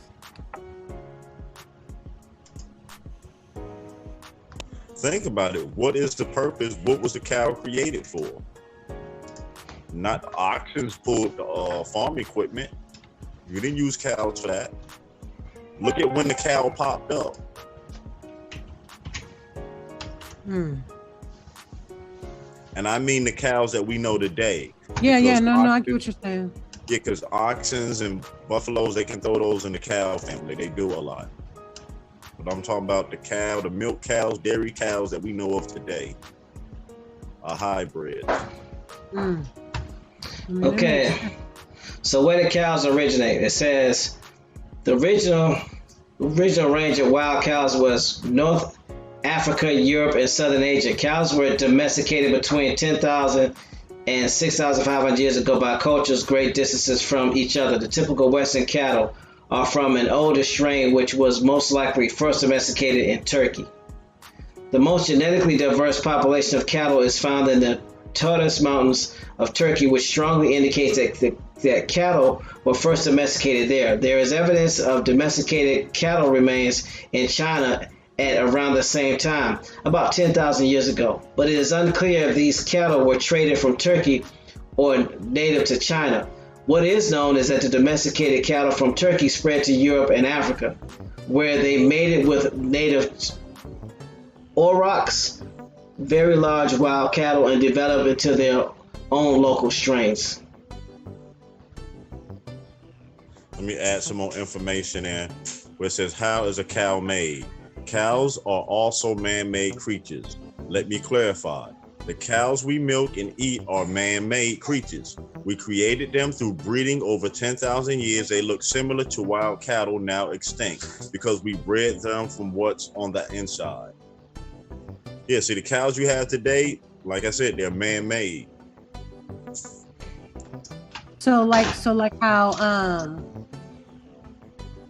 okay, so like they mess with like what's it, the tiger and the lion with the liger. Yeah, like how they do that. They okay. Which one is it? Is it the mule that's not real? The mule that's man-made? Yeah, the mule is right. Is a cross, and it cannot reproduce its own kind. No, it can't. It's a donkey and a horse. It has to be a female donkey with a male horse. And that doesn't happen naturally. No, it doesn't.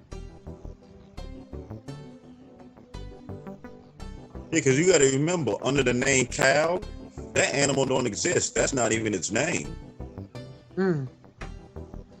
I mean, we don't know. I can say what the real name. The real name is called the heifer.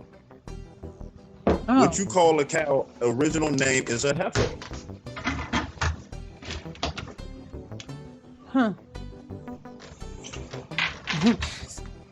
People just took oxen and other animals in the family and kept breeding them until they got to what you have today.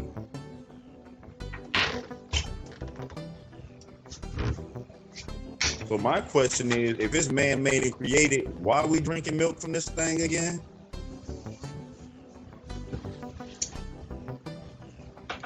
Cause Africa.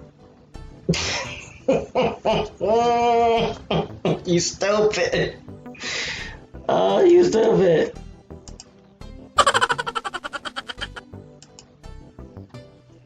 Did I get it right? I think I got it right. Got him. I don't know what all that, but we'll take that answer. I'll take Africa for 5, Alex. Go ahead, James. I'm sorry. I didn't mean to cut across you. If the animal... The West Africans pass kidney stones? Not that I know of. He said that the West Africans pass kidney stones for anybody who didn't hear. You kind of low, James. Yeah, not that I know of. I can look it up, though. I never heard of it. What does that mean, though? That means they can't break dance in the moonlight. I don't know. There's a method to my madness. Go ahead. See, I know I'm pretty low because I'm in my bed, so I'm about to get back to the slab here. Oh, we can hear you. Just let me know. Can they do they pass kidney stones? Just curious. I don't think they have the stuff in their diet to even pass kidney stones. Bones. I almost thought you. Oh, said, I don't get think what they he's have kidneys. saying. Kidney stones are a buildup of Gotcha. calcium deposits. You got So Yeah. if they're not, milk does a body some. horrible. I mean, you harm. can even go further back. You can go to Hindustan, where they worship the cow and don't touch it. Mm. Where the ox don't touch it. And your original Texas Longhorns were not cows. That's why they call Longhorns. They were Come oxen. on. Oxen. Oh Oxen. man. Look up Paul Bunyan. What was Paul Bunyan's companion name? What was it? Ox. We're all indoctrinated. Cows are Yes, not sir. real again. Ox, ox, ox.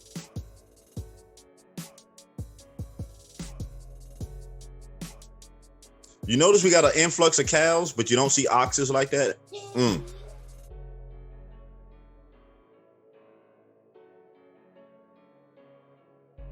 Okay, so never mind. I'm not gonna say that. Going on mute.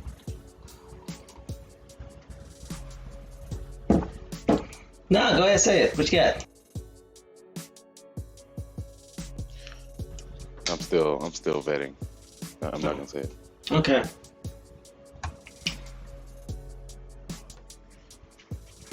All right, Gabby.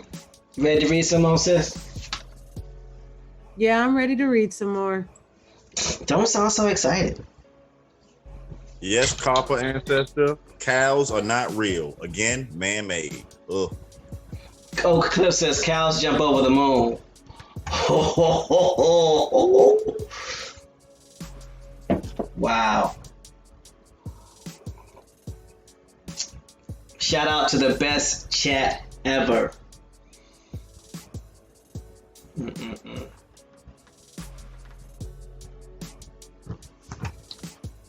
All right, the second battle of Adobe Walls. Ready when you are. This is where we start to see Issa. Pay attention to the titles.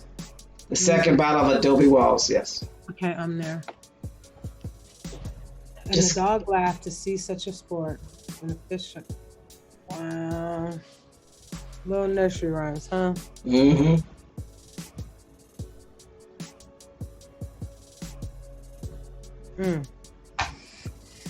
All right. The second battle of Adobe Walls. Wonder why they chose that name. Adobe. Yeah, like Adobe Acrobat. Mm-hmm. Okay.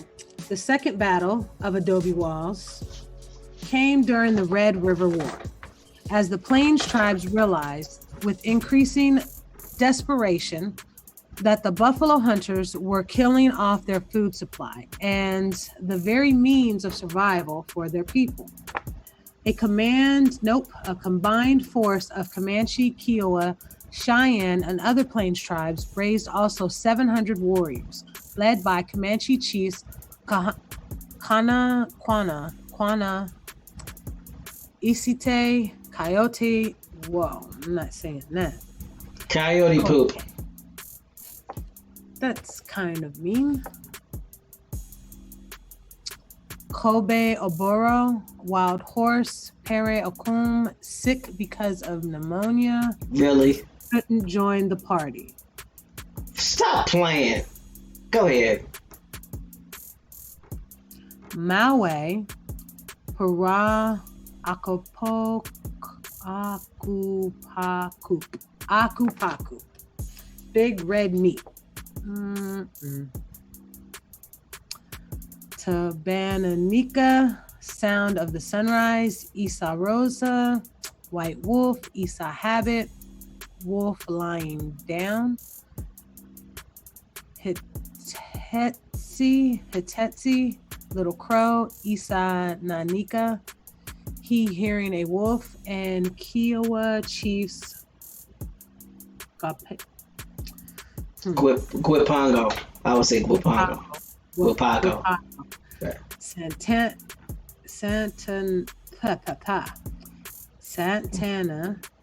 Nope. Satanta and Sintane. You gonna help me? You just let me struggle. Sin Tainte. Sin. Okay. It's like you put saying T and S at the same time, so it's more like Sin Tante. Okay, Sintante, and made an attempt. I just watched that all up. I don't even think I learned something from reading. Okay, hold on. Okay. And made an attempt to attack the buffalo hunters encamped at the old ruins at Adobe Walls. On June 27, 1874, the Allied Indian force attacked the 28 hunters and one woman encamped at Adobe Walls. Had the defenders been asleep, as the attackers hoped, they would have been overrun at once and all killed. Had the attackers followed Quanah Parker's plan to simply accept losses and rush the buildings, the defenders would again have been overrun. But the defenders were awake, and their long-range buffalo guns rendered the attack useless. Billy Dixon made perhaps the most famous rifle shot in the Old West when he killed an Indian sitting on a bluff a mile away from the building. At that point, with Quanah Park wounded, the Indians gave up the attack. It was the last great attempt to defend the plains by the Indians, and the difference in weapons was simply too great to overcome.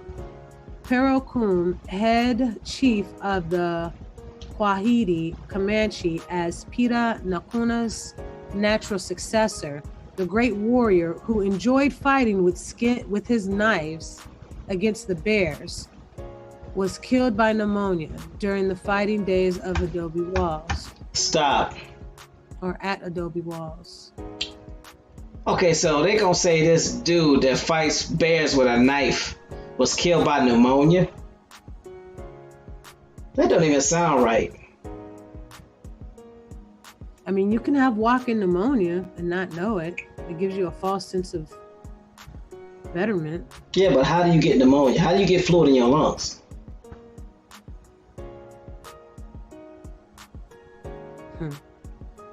Think about it. He's been living this life. He's been living this long in this area, all of his life now, and he get pneumonia. Yeah, somebody probably gave him the blickum. You so stupid. They gave him the blickum. They gave him the bickum. They used a big pen to write that crap down.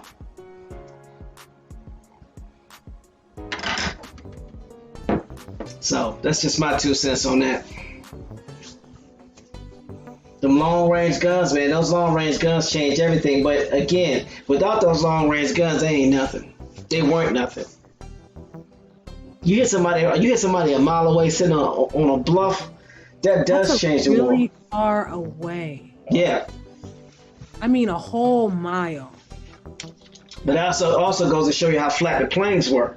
For somebody to be able to see somebody a mile out, which puts a hole in the whole curving earth thing. I'm just saying, like, I have pretty good eyesight.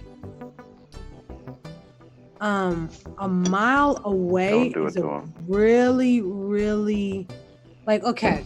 So if let's see, I measured a mile one time, and I drove what I used to walk just to mark it as a mile, and just a straight shot, like, that's a really, really far distance. No, not really. If you're looking at a mile in an open plain where it's open all around, it's really not that far. Think about it. You got children that run a mile in 6-7 minutes. That's really not that far. Yeah, that's really only 4 times Their around. guns were that efficient? Their guns were that efficient? A mile away? Yeah, by this time, yeah. Think about how far they can shoot nowadays. You got smart missiles, bunker I mean, busters. that's now. I don't know. You got to remember, they had Gatling guns in the 60s. Okay, We talking yeah. about the turn crank Gatling guns where you just turn the crank and it automatically kept loading and shooting. This is in the 1860s. The problem is they try to change the story when they show you certain images. If they change the images, it's kind of hard for you to figure out how they pulled this off. But by knowing that they had this type of machinery, you can see what started changing the wars. They didn't get better, they just upgraded their weapons. That's it. Yeah, better equipment can do a lot for you. Just ask these mediocre golfers that end up getting on a PGA tour because they're custom fitted clubs. Yep. Know a couple of them. So their handguns, their rifles were able to the pressure. They had figured out a way to. Oh, these wasn't rifles no more. These were buffalo guns, cannons, and heavy machine guns. These are not handguns and rifles no more. So hold on. Well, then I missed it. What did he shoot him with? Did I read over that? Long range buffalo guns. Okay, you're right. I do apologize.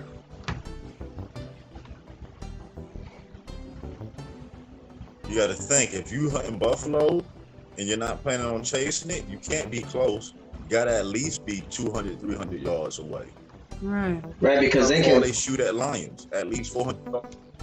Yeah, because you mess around and hit one, you gonna get attacked by the rest of them. Once they realize where that shot come from. Right. Better run. And last time I checked, 4 legs was faster than 2. That's all I'm saying. It was the problem that they had. Long-range buffalo gun looks. Yeah, it was the problem that they had fighting Indians with muskets. Yeah, you might get a shot off in the bushes, but guess what? Every other Indian seen where that shot came from. Now you in trouble. And I think that's the image I have in my head is muskets. Yeah. These are not muskets.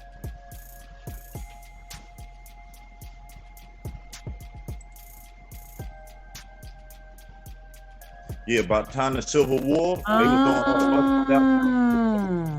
they started having. That's why the Civil War was a little different, because they started having weapons that caused mass amounts of damage in time. I didn't know that this was called a buffalo gun. Do you see what it look like? Exactly. Well, I've known what these have looked like for a long time. I had no idea that these were called buffalo guns. That makes sense. And you can pick somebody.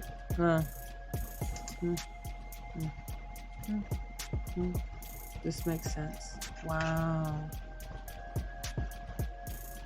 Interesting.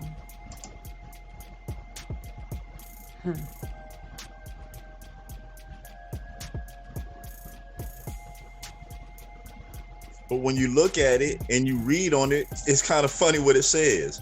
Buffalo rifle generally refers to a large caliber, generally single shot, black powder cartridge firearms, which were used to hunt the American bison to near extinction in the late 19th century. They're telling you they built the gun to kill the food source. Yeah. Maybe that's okay. Let me see. Wonder what the word rifle means.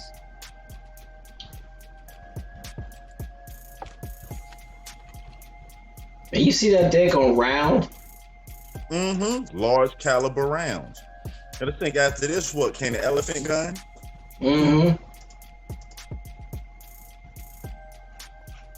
They have stuff where it don't matter where they hit you at. If you got scraped, you went down. You gotta remember the musket days, you had people 4 or 5 musket shots and them still walking around hurting people.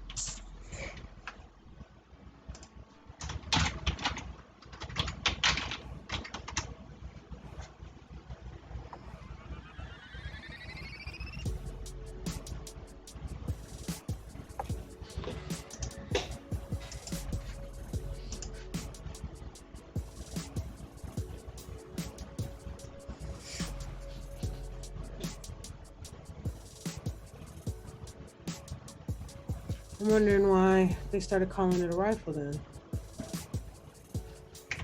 Anything with a long barrel is considered a rifle. Right. I get that. Yeah. Interesting. Man.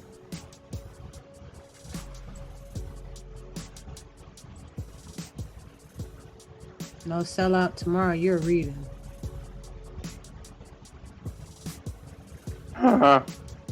You reading tomorrow. Hard done. Man, I'm up here reading. I don't know if my feelings is hurt or what. What are you talking about? Ain't nobody doing that. No, I'm just I mean, because you know, when you're reading, it's one thing to read along, but when you're reading and processing at the same time, it's just like, really, this is what y'all did. Y'all did this on y'all. This is what y'all did. See the size of the thing? A .416 Rigby. It also shoots a .45 Winchester Magnum round. It shoots a .30/06 Springfield. It shoots hot. It shoots a 300 Winchester Magnum. They also can shoot a 357 Ruger shot. Yeah, these are not small rounds that this rifle shoots. AKA M&Ms, AKA miniature missiles. Go ahead, Bones. I'm sorry. Basically, if you're taking out bison with this gun, yeah. So it's crazy, like really thinking about it. They had someone or someone's just there, like taking just taking down bison, like. Not just someone. They had a bunch of someones. It was a free fall. They turned it into a business.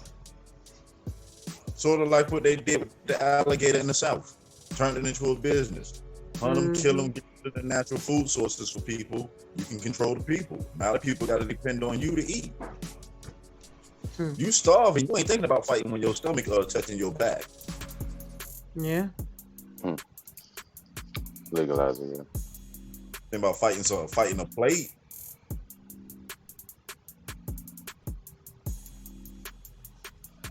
Yeah, there's some things that make you quit fighting quicker than anything. Feel like Dave Chappelle. Them diabolical. No, hunger, thirst, extreme cold. Mm-hmm. And what did they do in a lot of cases? Wipe out the food source, poison the water, and restrict you from your resources. Well, dammed up the water. Dammed up the water from you and then flooded your neighbor.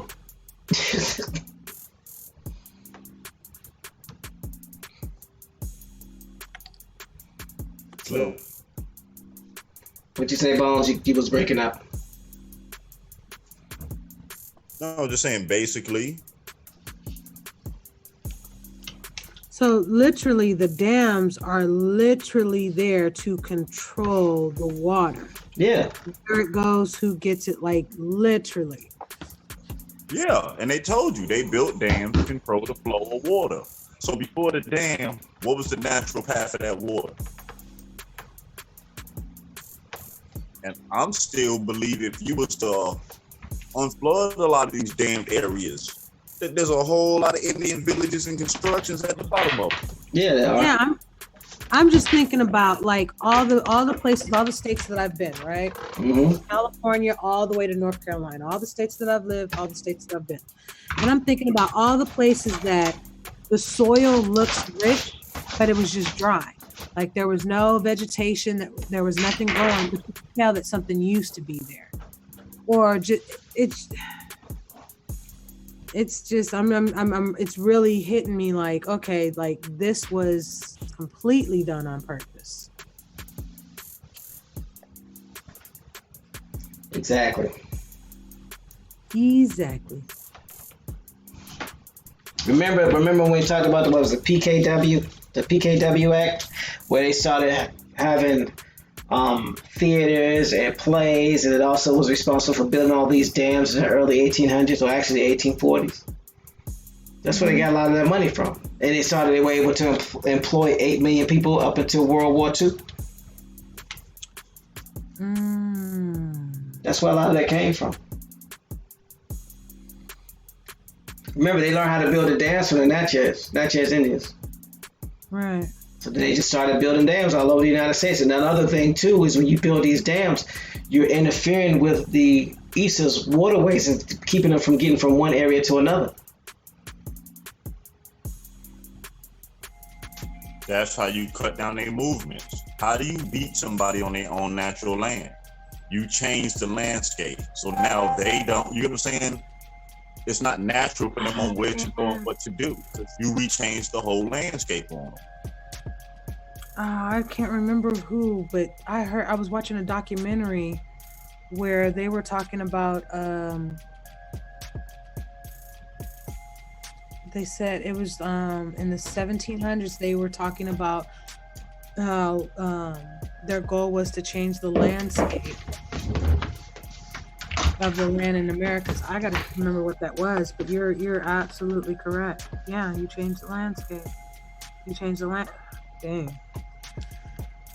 That's the only way to even the playing field. Yeah. I mean, it's messed up, but it's true. Yeah.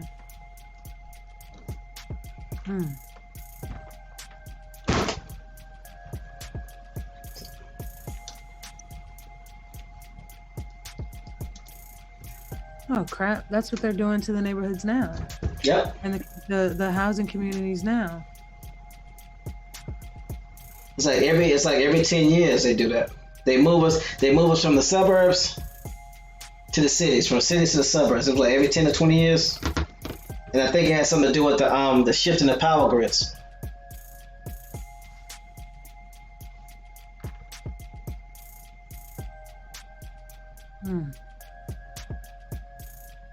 So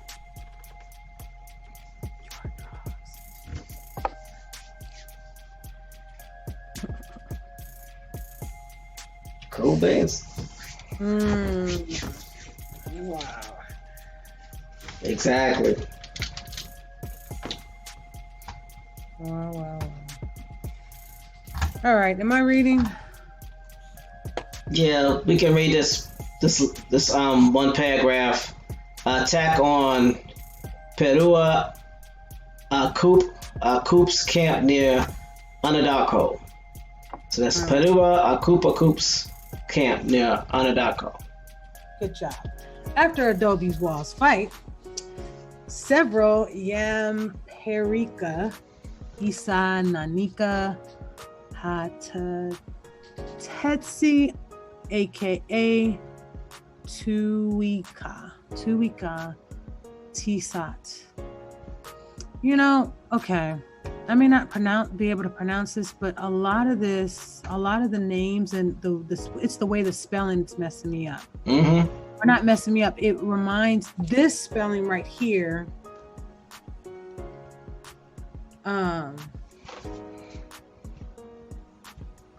It reminds me of okay, what would it be considered? Simone would also be considered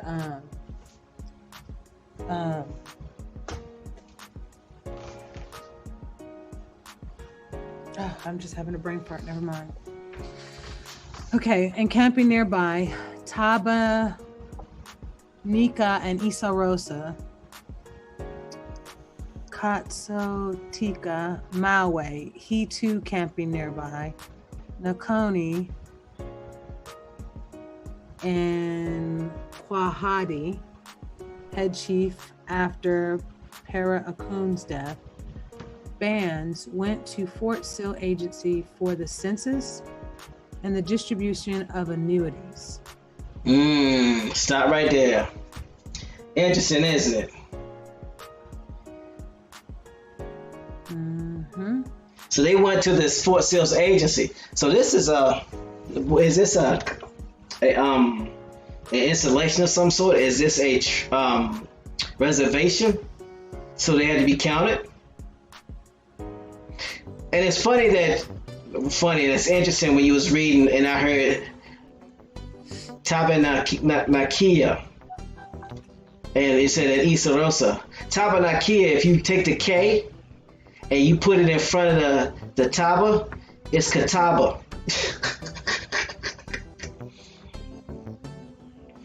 So it reads Taban Anika, but it's probably really Katabanika. But anyway, I just thought that was interesting. That makes sense. Because you know the Catawba are called Isa. So the fact that it's got Taban Anika, and then you got Isa Rosa. You know, Isa, they got Isa translated as wolf. Everything with Isa in it is wolf. So just something to think about. But yeah, they went to the census, the agency for the census and distribution of annuities. So they were getting paid. Because that's what an annuity is a payment. So were these tribes getting paid annuities based off of how many people they had? And how is that any different than there being a census and it's dealing with resources? I'm sorry, go ahead. You can finish, Gabby. But only Isa Nanika.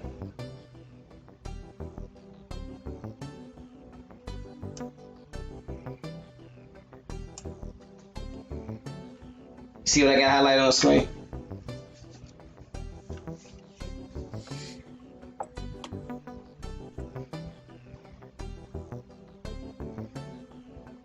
Hello? You ready to read? You said, oh, you were talking to me. I apologize. No, you could. I thought you said something, look at the highlight on the screen. Yeah, I was telling you where to start to read. Oh, okay. I apologize. No, you could. Go ahead. You got it. Hold on.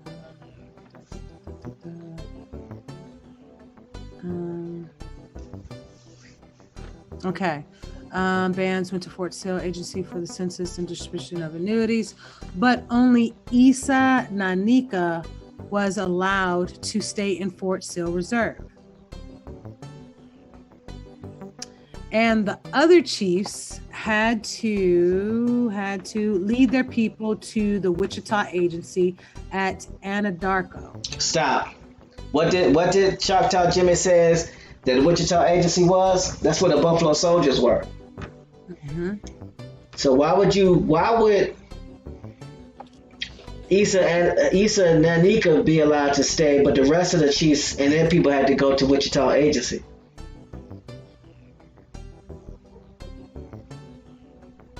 I'm curious. I'm just asking that question, not because I know. I'm just asking because I thought it was interesting. Why is only one chief allowed to stay and the rest of them get sent somewhere else? But go ahead. Okay, can you give me your insight on why that may be? The only thing I can say is that they were a different tribe of Indians. They were a southern tribe of Indians. So what does that mean? Or they needed the numbers at the Wichita Agency, or they needed some more soldiers to fight, some more Buffalo soldiers.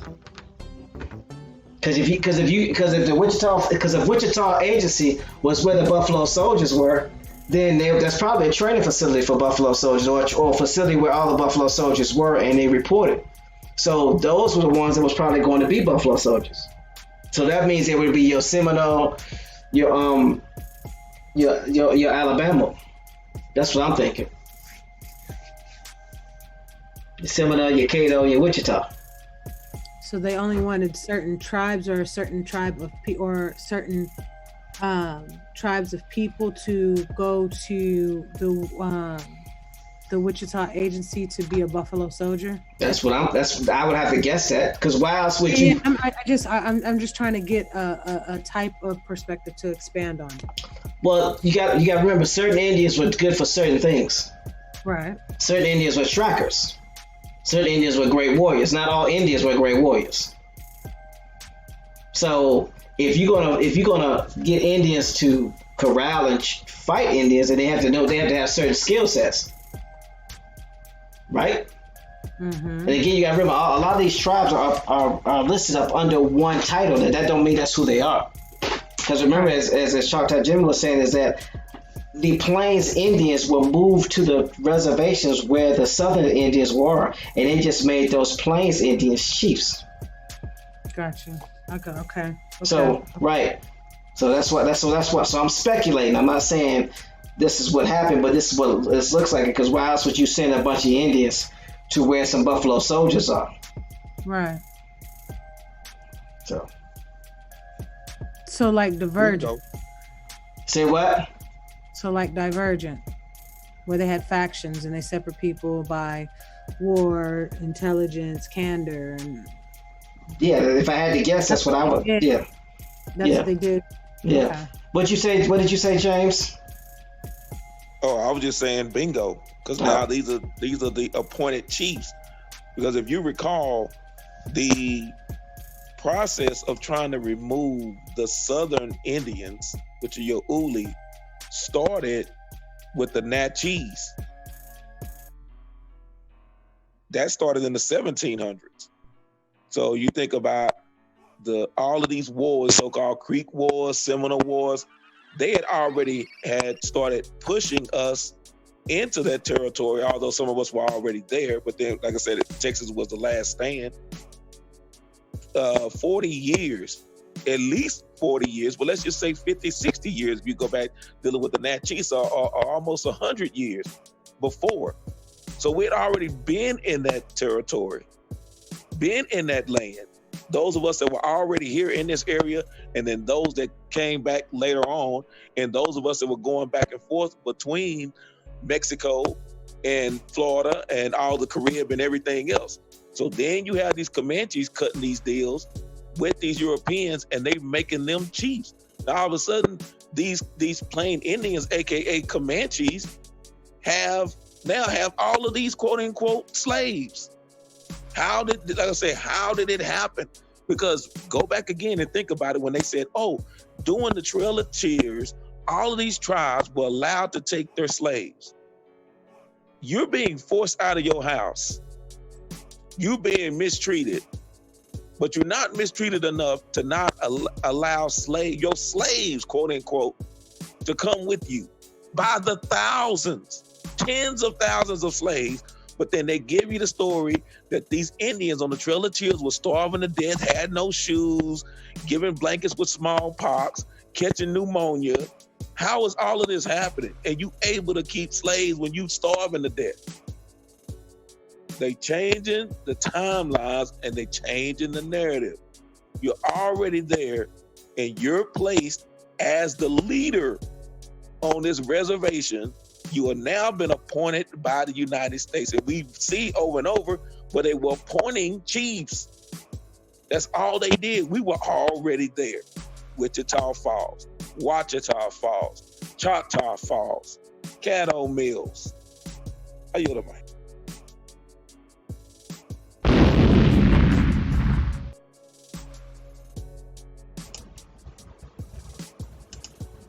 Thank you, James. Appreciate you. Always dropping them Hiroshima and Nagasaki bombs. Not on my watch. That fan gets nowhere on my watch. That fake Anglo narrative. Does that answer your question, Gabby? Because it answers mine. But absolutely. Thank you, James. Always, always, always thank you. You keep me thinking. Thank you.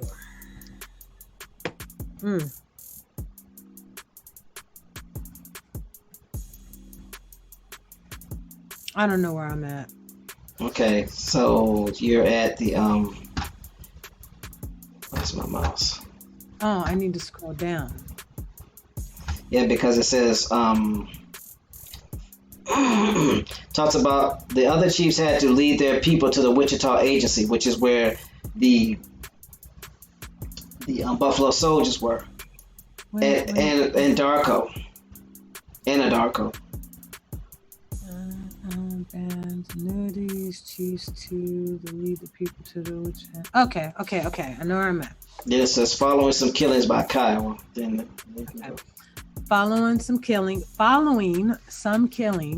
by the Kiowa Captain Gaines, Lawson Company, 25th Infantry, sent a garrison Anadarko.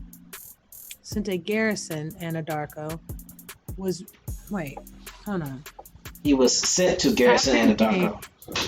Okay, sent to Garrison Anadarko was reached by Colonel John W. Blackjack Davison with 4 companies of 10th Cavalry from Fort Sill on August 22nd near Anadarko, with the Kiowa laughing at the Comanche. A cavalry detachment was sent to Peru Akup's village, 60 tents, to take not only rifles and guns, but also bows and arrows. And when the Nakoni warriors reacted, the soldiers fired at them. Wapego, Satanta, Manitin, Patadel, Poor Buffalo, and Adoete came in with their Kiowa Braves, and the remnant companies of the 10th Cavalry came too, to face 200 or 300 Nakoni, Comanche, and Kiowa. During the night, Davison ordered Comanche tents and stock to be burnt. The following day, August 23rd, the fight went on. The 4 Blue Jackets and 14 warriors wounded, one of them killed, until Nakoni and Kiowa retreated, burning the prairie and killing some white men near Anadarko and along the Beaver Creek. Friendly Tosawi and Asahevi led their Penataka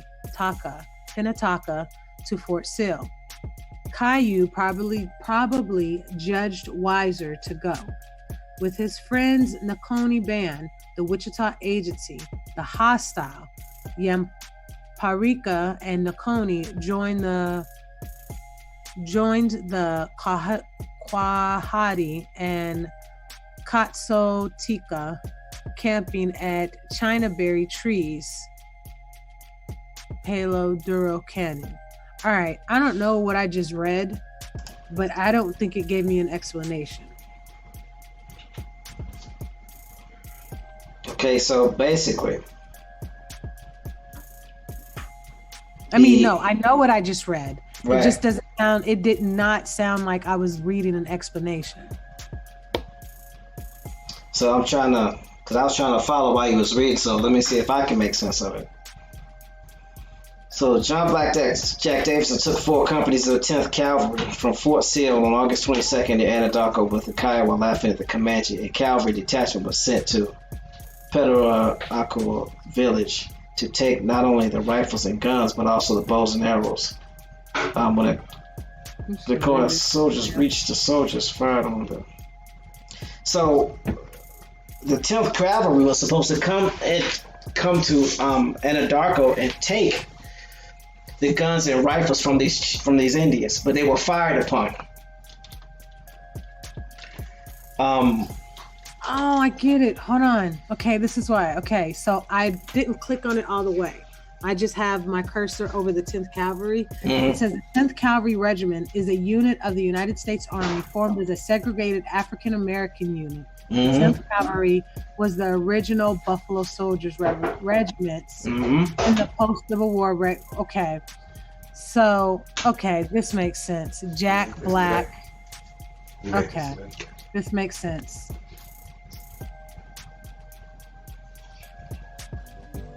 Basically Indian.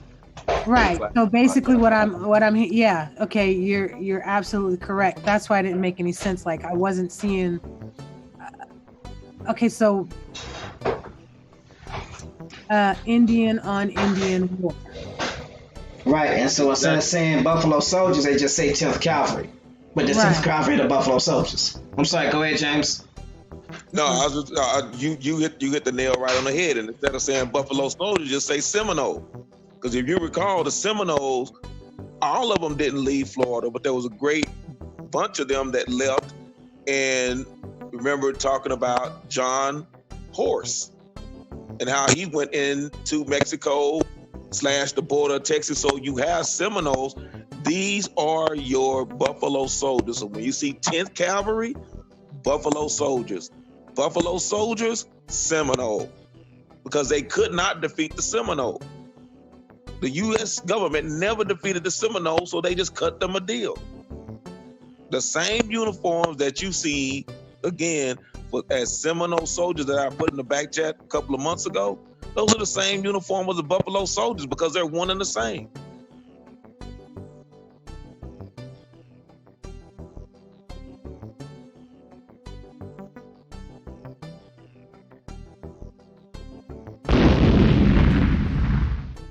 Breaker 19, I lose anybody? No, you good. You know what's coming. I've dropped it. Yeah, exactly. Oak Cliff says, we still here. I mean, I think that's a good place to leave out for right now. So we'll pick up with the release, recapture, and death of Santanta at Huntsville. So, alright, so we're gonna do our salutations and let these good people get back to what they was doing and be productive for their communities this rising. So before we head out, anything you want to say? Gabby, by the way, great reading. Appreciate you. Thank you. Being it, sell out through you under the bus. So anything you want to say to the good people before we head out? Me? I did? Yes, you did. Yes, you made a read. Yes, you did. Oh, okay. Mm-hmm. Mm-hmm. Yeah, you did. You did that. I'm okay with you making me read.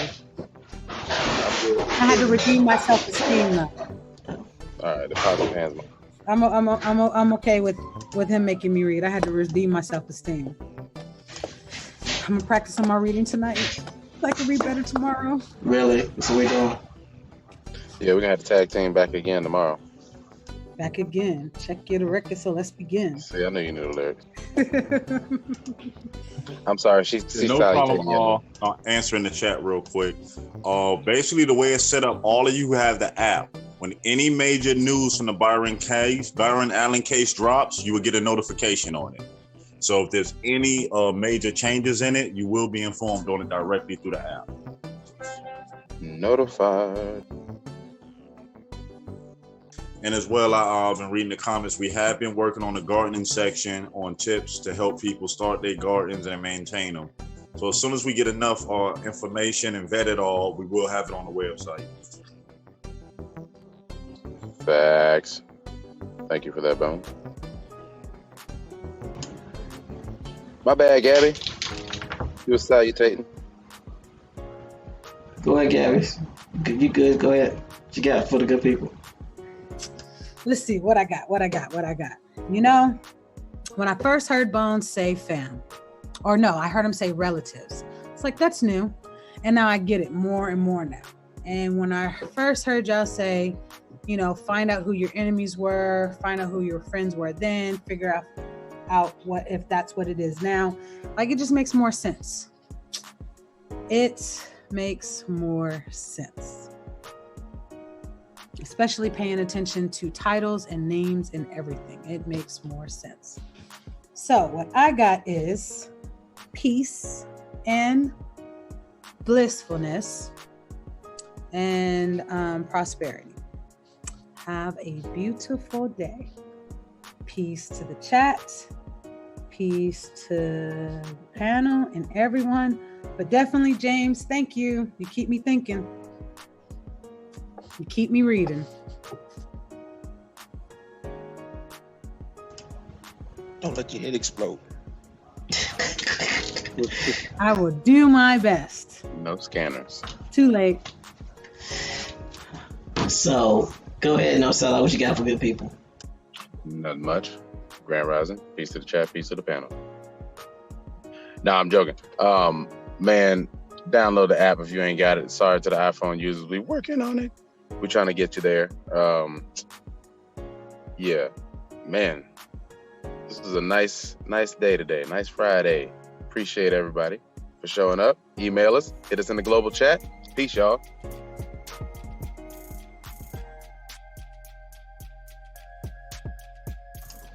James Flames, Choctaw Jimmy. What you got for the good people?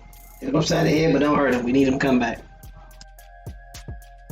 Man. I was y'all dropping bombs about that old empire. So just want to leave y'all with a little nugget here, if y'all don't mind. Based upon the theme of being the Lone Star State, truly the Republic of Texas. Before I do that, I appreciate everyone on the panel for not changing the combination lock on the door while I've been occupied with the assignment given to me by Brother No Sellout. I appreciate you more than you will ever know. Hold on a second. Let's I don't know if I should ever say you're welcome. Okay.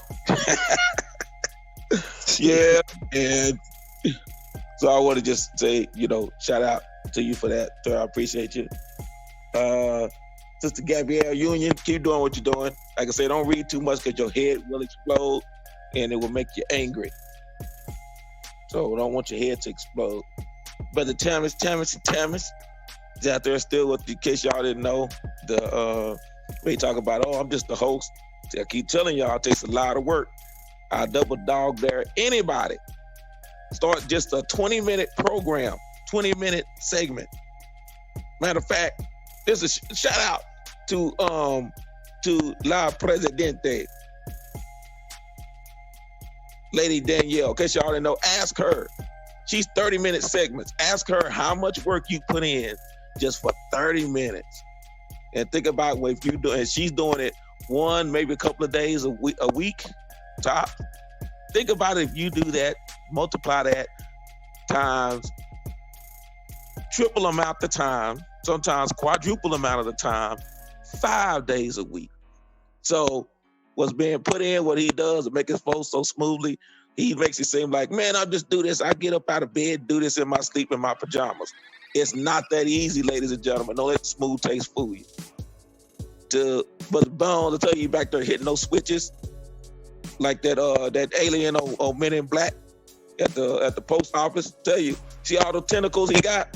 Turn around getting apps, getting games, all this stuff. Well, I say again, who y'all think y'all are? Amazing Primo. Y'all trying to get that other place out of business, the little smiley face thing out of business already? All these apps y'all got going on up in this camp. Kid-friendly games. What? Y'all done messed up now. Man, Brother Copper back there, he's somewhere. I know he's doing something. He always got business plans. You gonna talk about Copper, he's the top man. If you ever have any problems, y'all know about Peter Griffin. It's being handled by top men. That's Brother Copper. And Brother Kerry, tell you, he is truly the carpenter's son. So y'all still waiting on the Messiah to come. He's already here. It's Brother Kerry. Tell y'all, check out Brother Kerry, the carpenter's son. Man, and where is Puss in Boots? What has he been doing? He didn't get the app. He got an iPhone. Tell you, iPhone. He ain't got no iPhone. All your activity. Y'all get rid of those iPhones, man. Don't let them fool you. They said a commercial about, protect your privacy. No. Those iPhones track everything. Your camera on your phone is on even when you have the phone off. Get rid of your iPhones. Keep putting those iPhones next to your ear and see what happened to you. Not the living dead, in case y'all didn't know. I'm sorry, I didn't mean to get on my rant today. But y'all need to study. Look at, why did the state song change from the Yellow Rose of Texas to Texas or Texas? That's a little homework. Who was the Yellow Rose of Texas? That's the second name that we can't talk about. I told y'all it's one name that I can't mention that sold out to Cortez. And then there was another, the Yellow Rose of Texas, that sold out to the volunteers. Because Santa Anna would have won the Mexican War, but what for that Yellow Rose? Couldn't leave it alone. Well, the sellout was Malinche. So I'll say it. You can't, but I can. Malinche. So there was another one. Like I say, then she that's the first name that my people can never mention. Can't say her name. She's just a great harlot. But the second one, that yellow rose, she falls. She is 1B. The one you just mentioned is 1A, and she is 1B, the yellow rose of Texas. You ever seen Harlem Nights? Then y'all know about Sunshine. That was a yellow rose of Texas. Why did it change? Do your homework. Yes, Richie. Find out. I ain't coming home no more. In case y'all didn't know. So keep looking at it. Follow it again. Follow those breadcrumbs. It's going to lead you back to the table. And with that, oh man, I forgot. The greatest chat in the cosmos. Keep doing what you're doing. Tell all your relatives. Tell your brother. Tell your sister. Tell your arch enemies. Tell your friends. Tell your frenemies. You better download that app. I didn't have any problems with the app. I get the alert all the time. I get the alert that said, thank you for being a member. And I was like, what? And I knew it was on and popping. Didn't have any problem. So to the 100 and something people that are hiding out, waiting for the YouTube alert, tell them they missed the bus and they should be catching the cab. Y'all gonna figure that out in a minute. You know, that short yellow bus we be talking about, they got the little stuff on there. Mm-hmm. Yeah, y'all waiting outside a Holiday Inn Express trying to catch that yellow bus. Go right ahead and keep waiting on that bus. You better catch a cab. Cab, get your curbside, door side to door side service. The weather's getting bad, getting cold out here. So, man, I know I'm rambling on. I appreciate y'all once again for not, like I say, not changing the combination lock on the door to get to the safe room. And with that, no, I'm just gonna do it again. It worked the first time, it's gonna work again. Good job, Guado.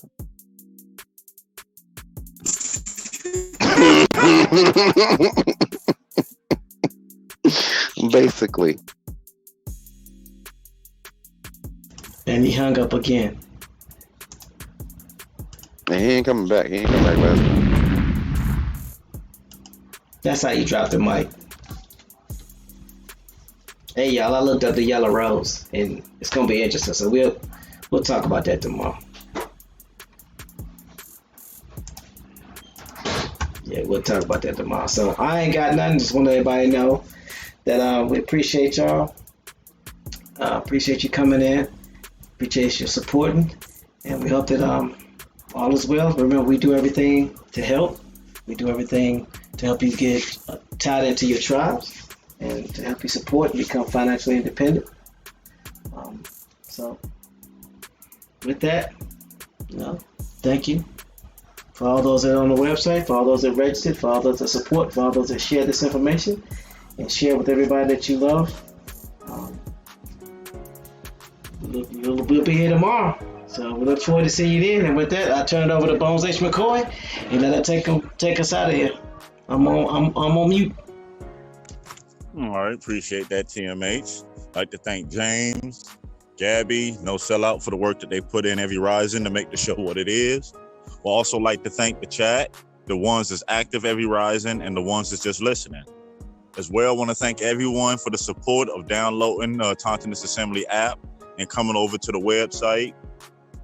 Matter of fact, coming home to where we can get our issues together and move forward. We're going to leave with this.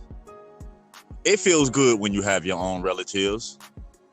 So let's take this moment, this Monday's rising energy, and let's keep pushing it forward. We know the world want to keep doubting us. We know the powers that be that want to keep doubting us. But the one thing that we know that will never change, as long as there is a remnant of us that remain, our chance to come back and to stand in the light where we're supposed to be will remain. So everyone, please have a very blissful day. Take some time out, work on some genealogy, help a neighbor, help a friend, do a good deed towards the community. Until the next Rising Show, peace.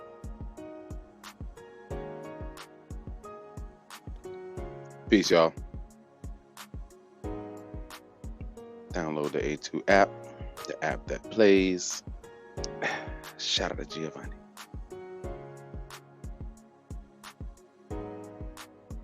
I know I should have muted a little earlier. So now I'm going to go ahead and mute now. So everybody going on mute. Take care, y'all.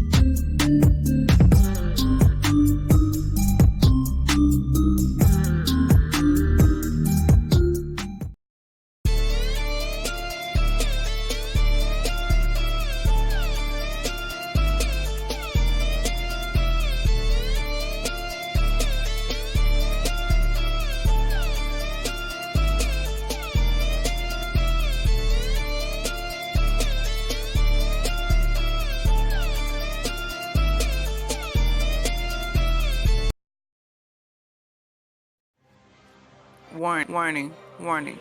Hard hats, pickaxe, shovels, boots required.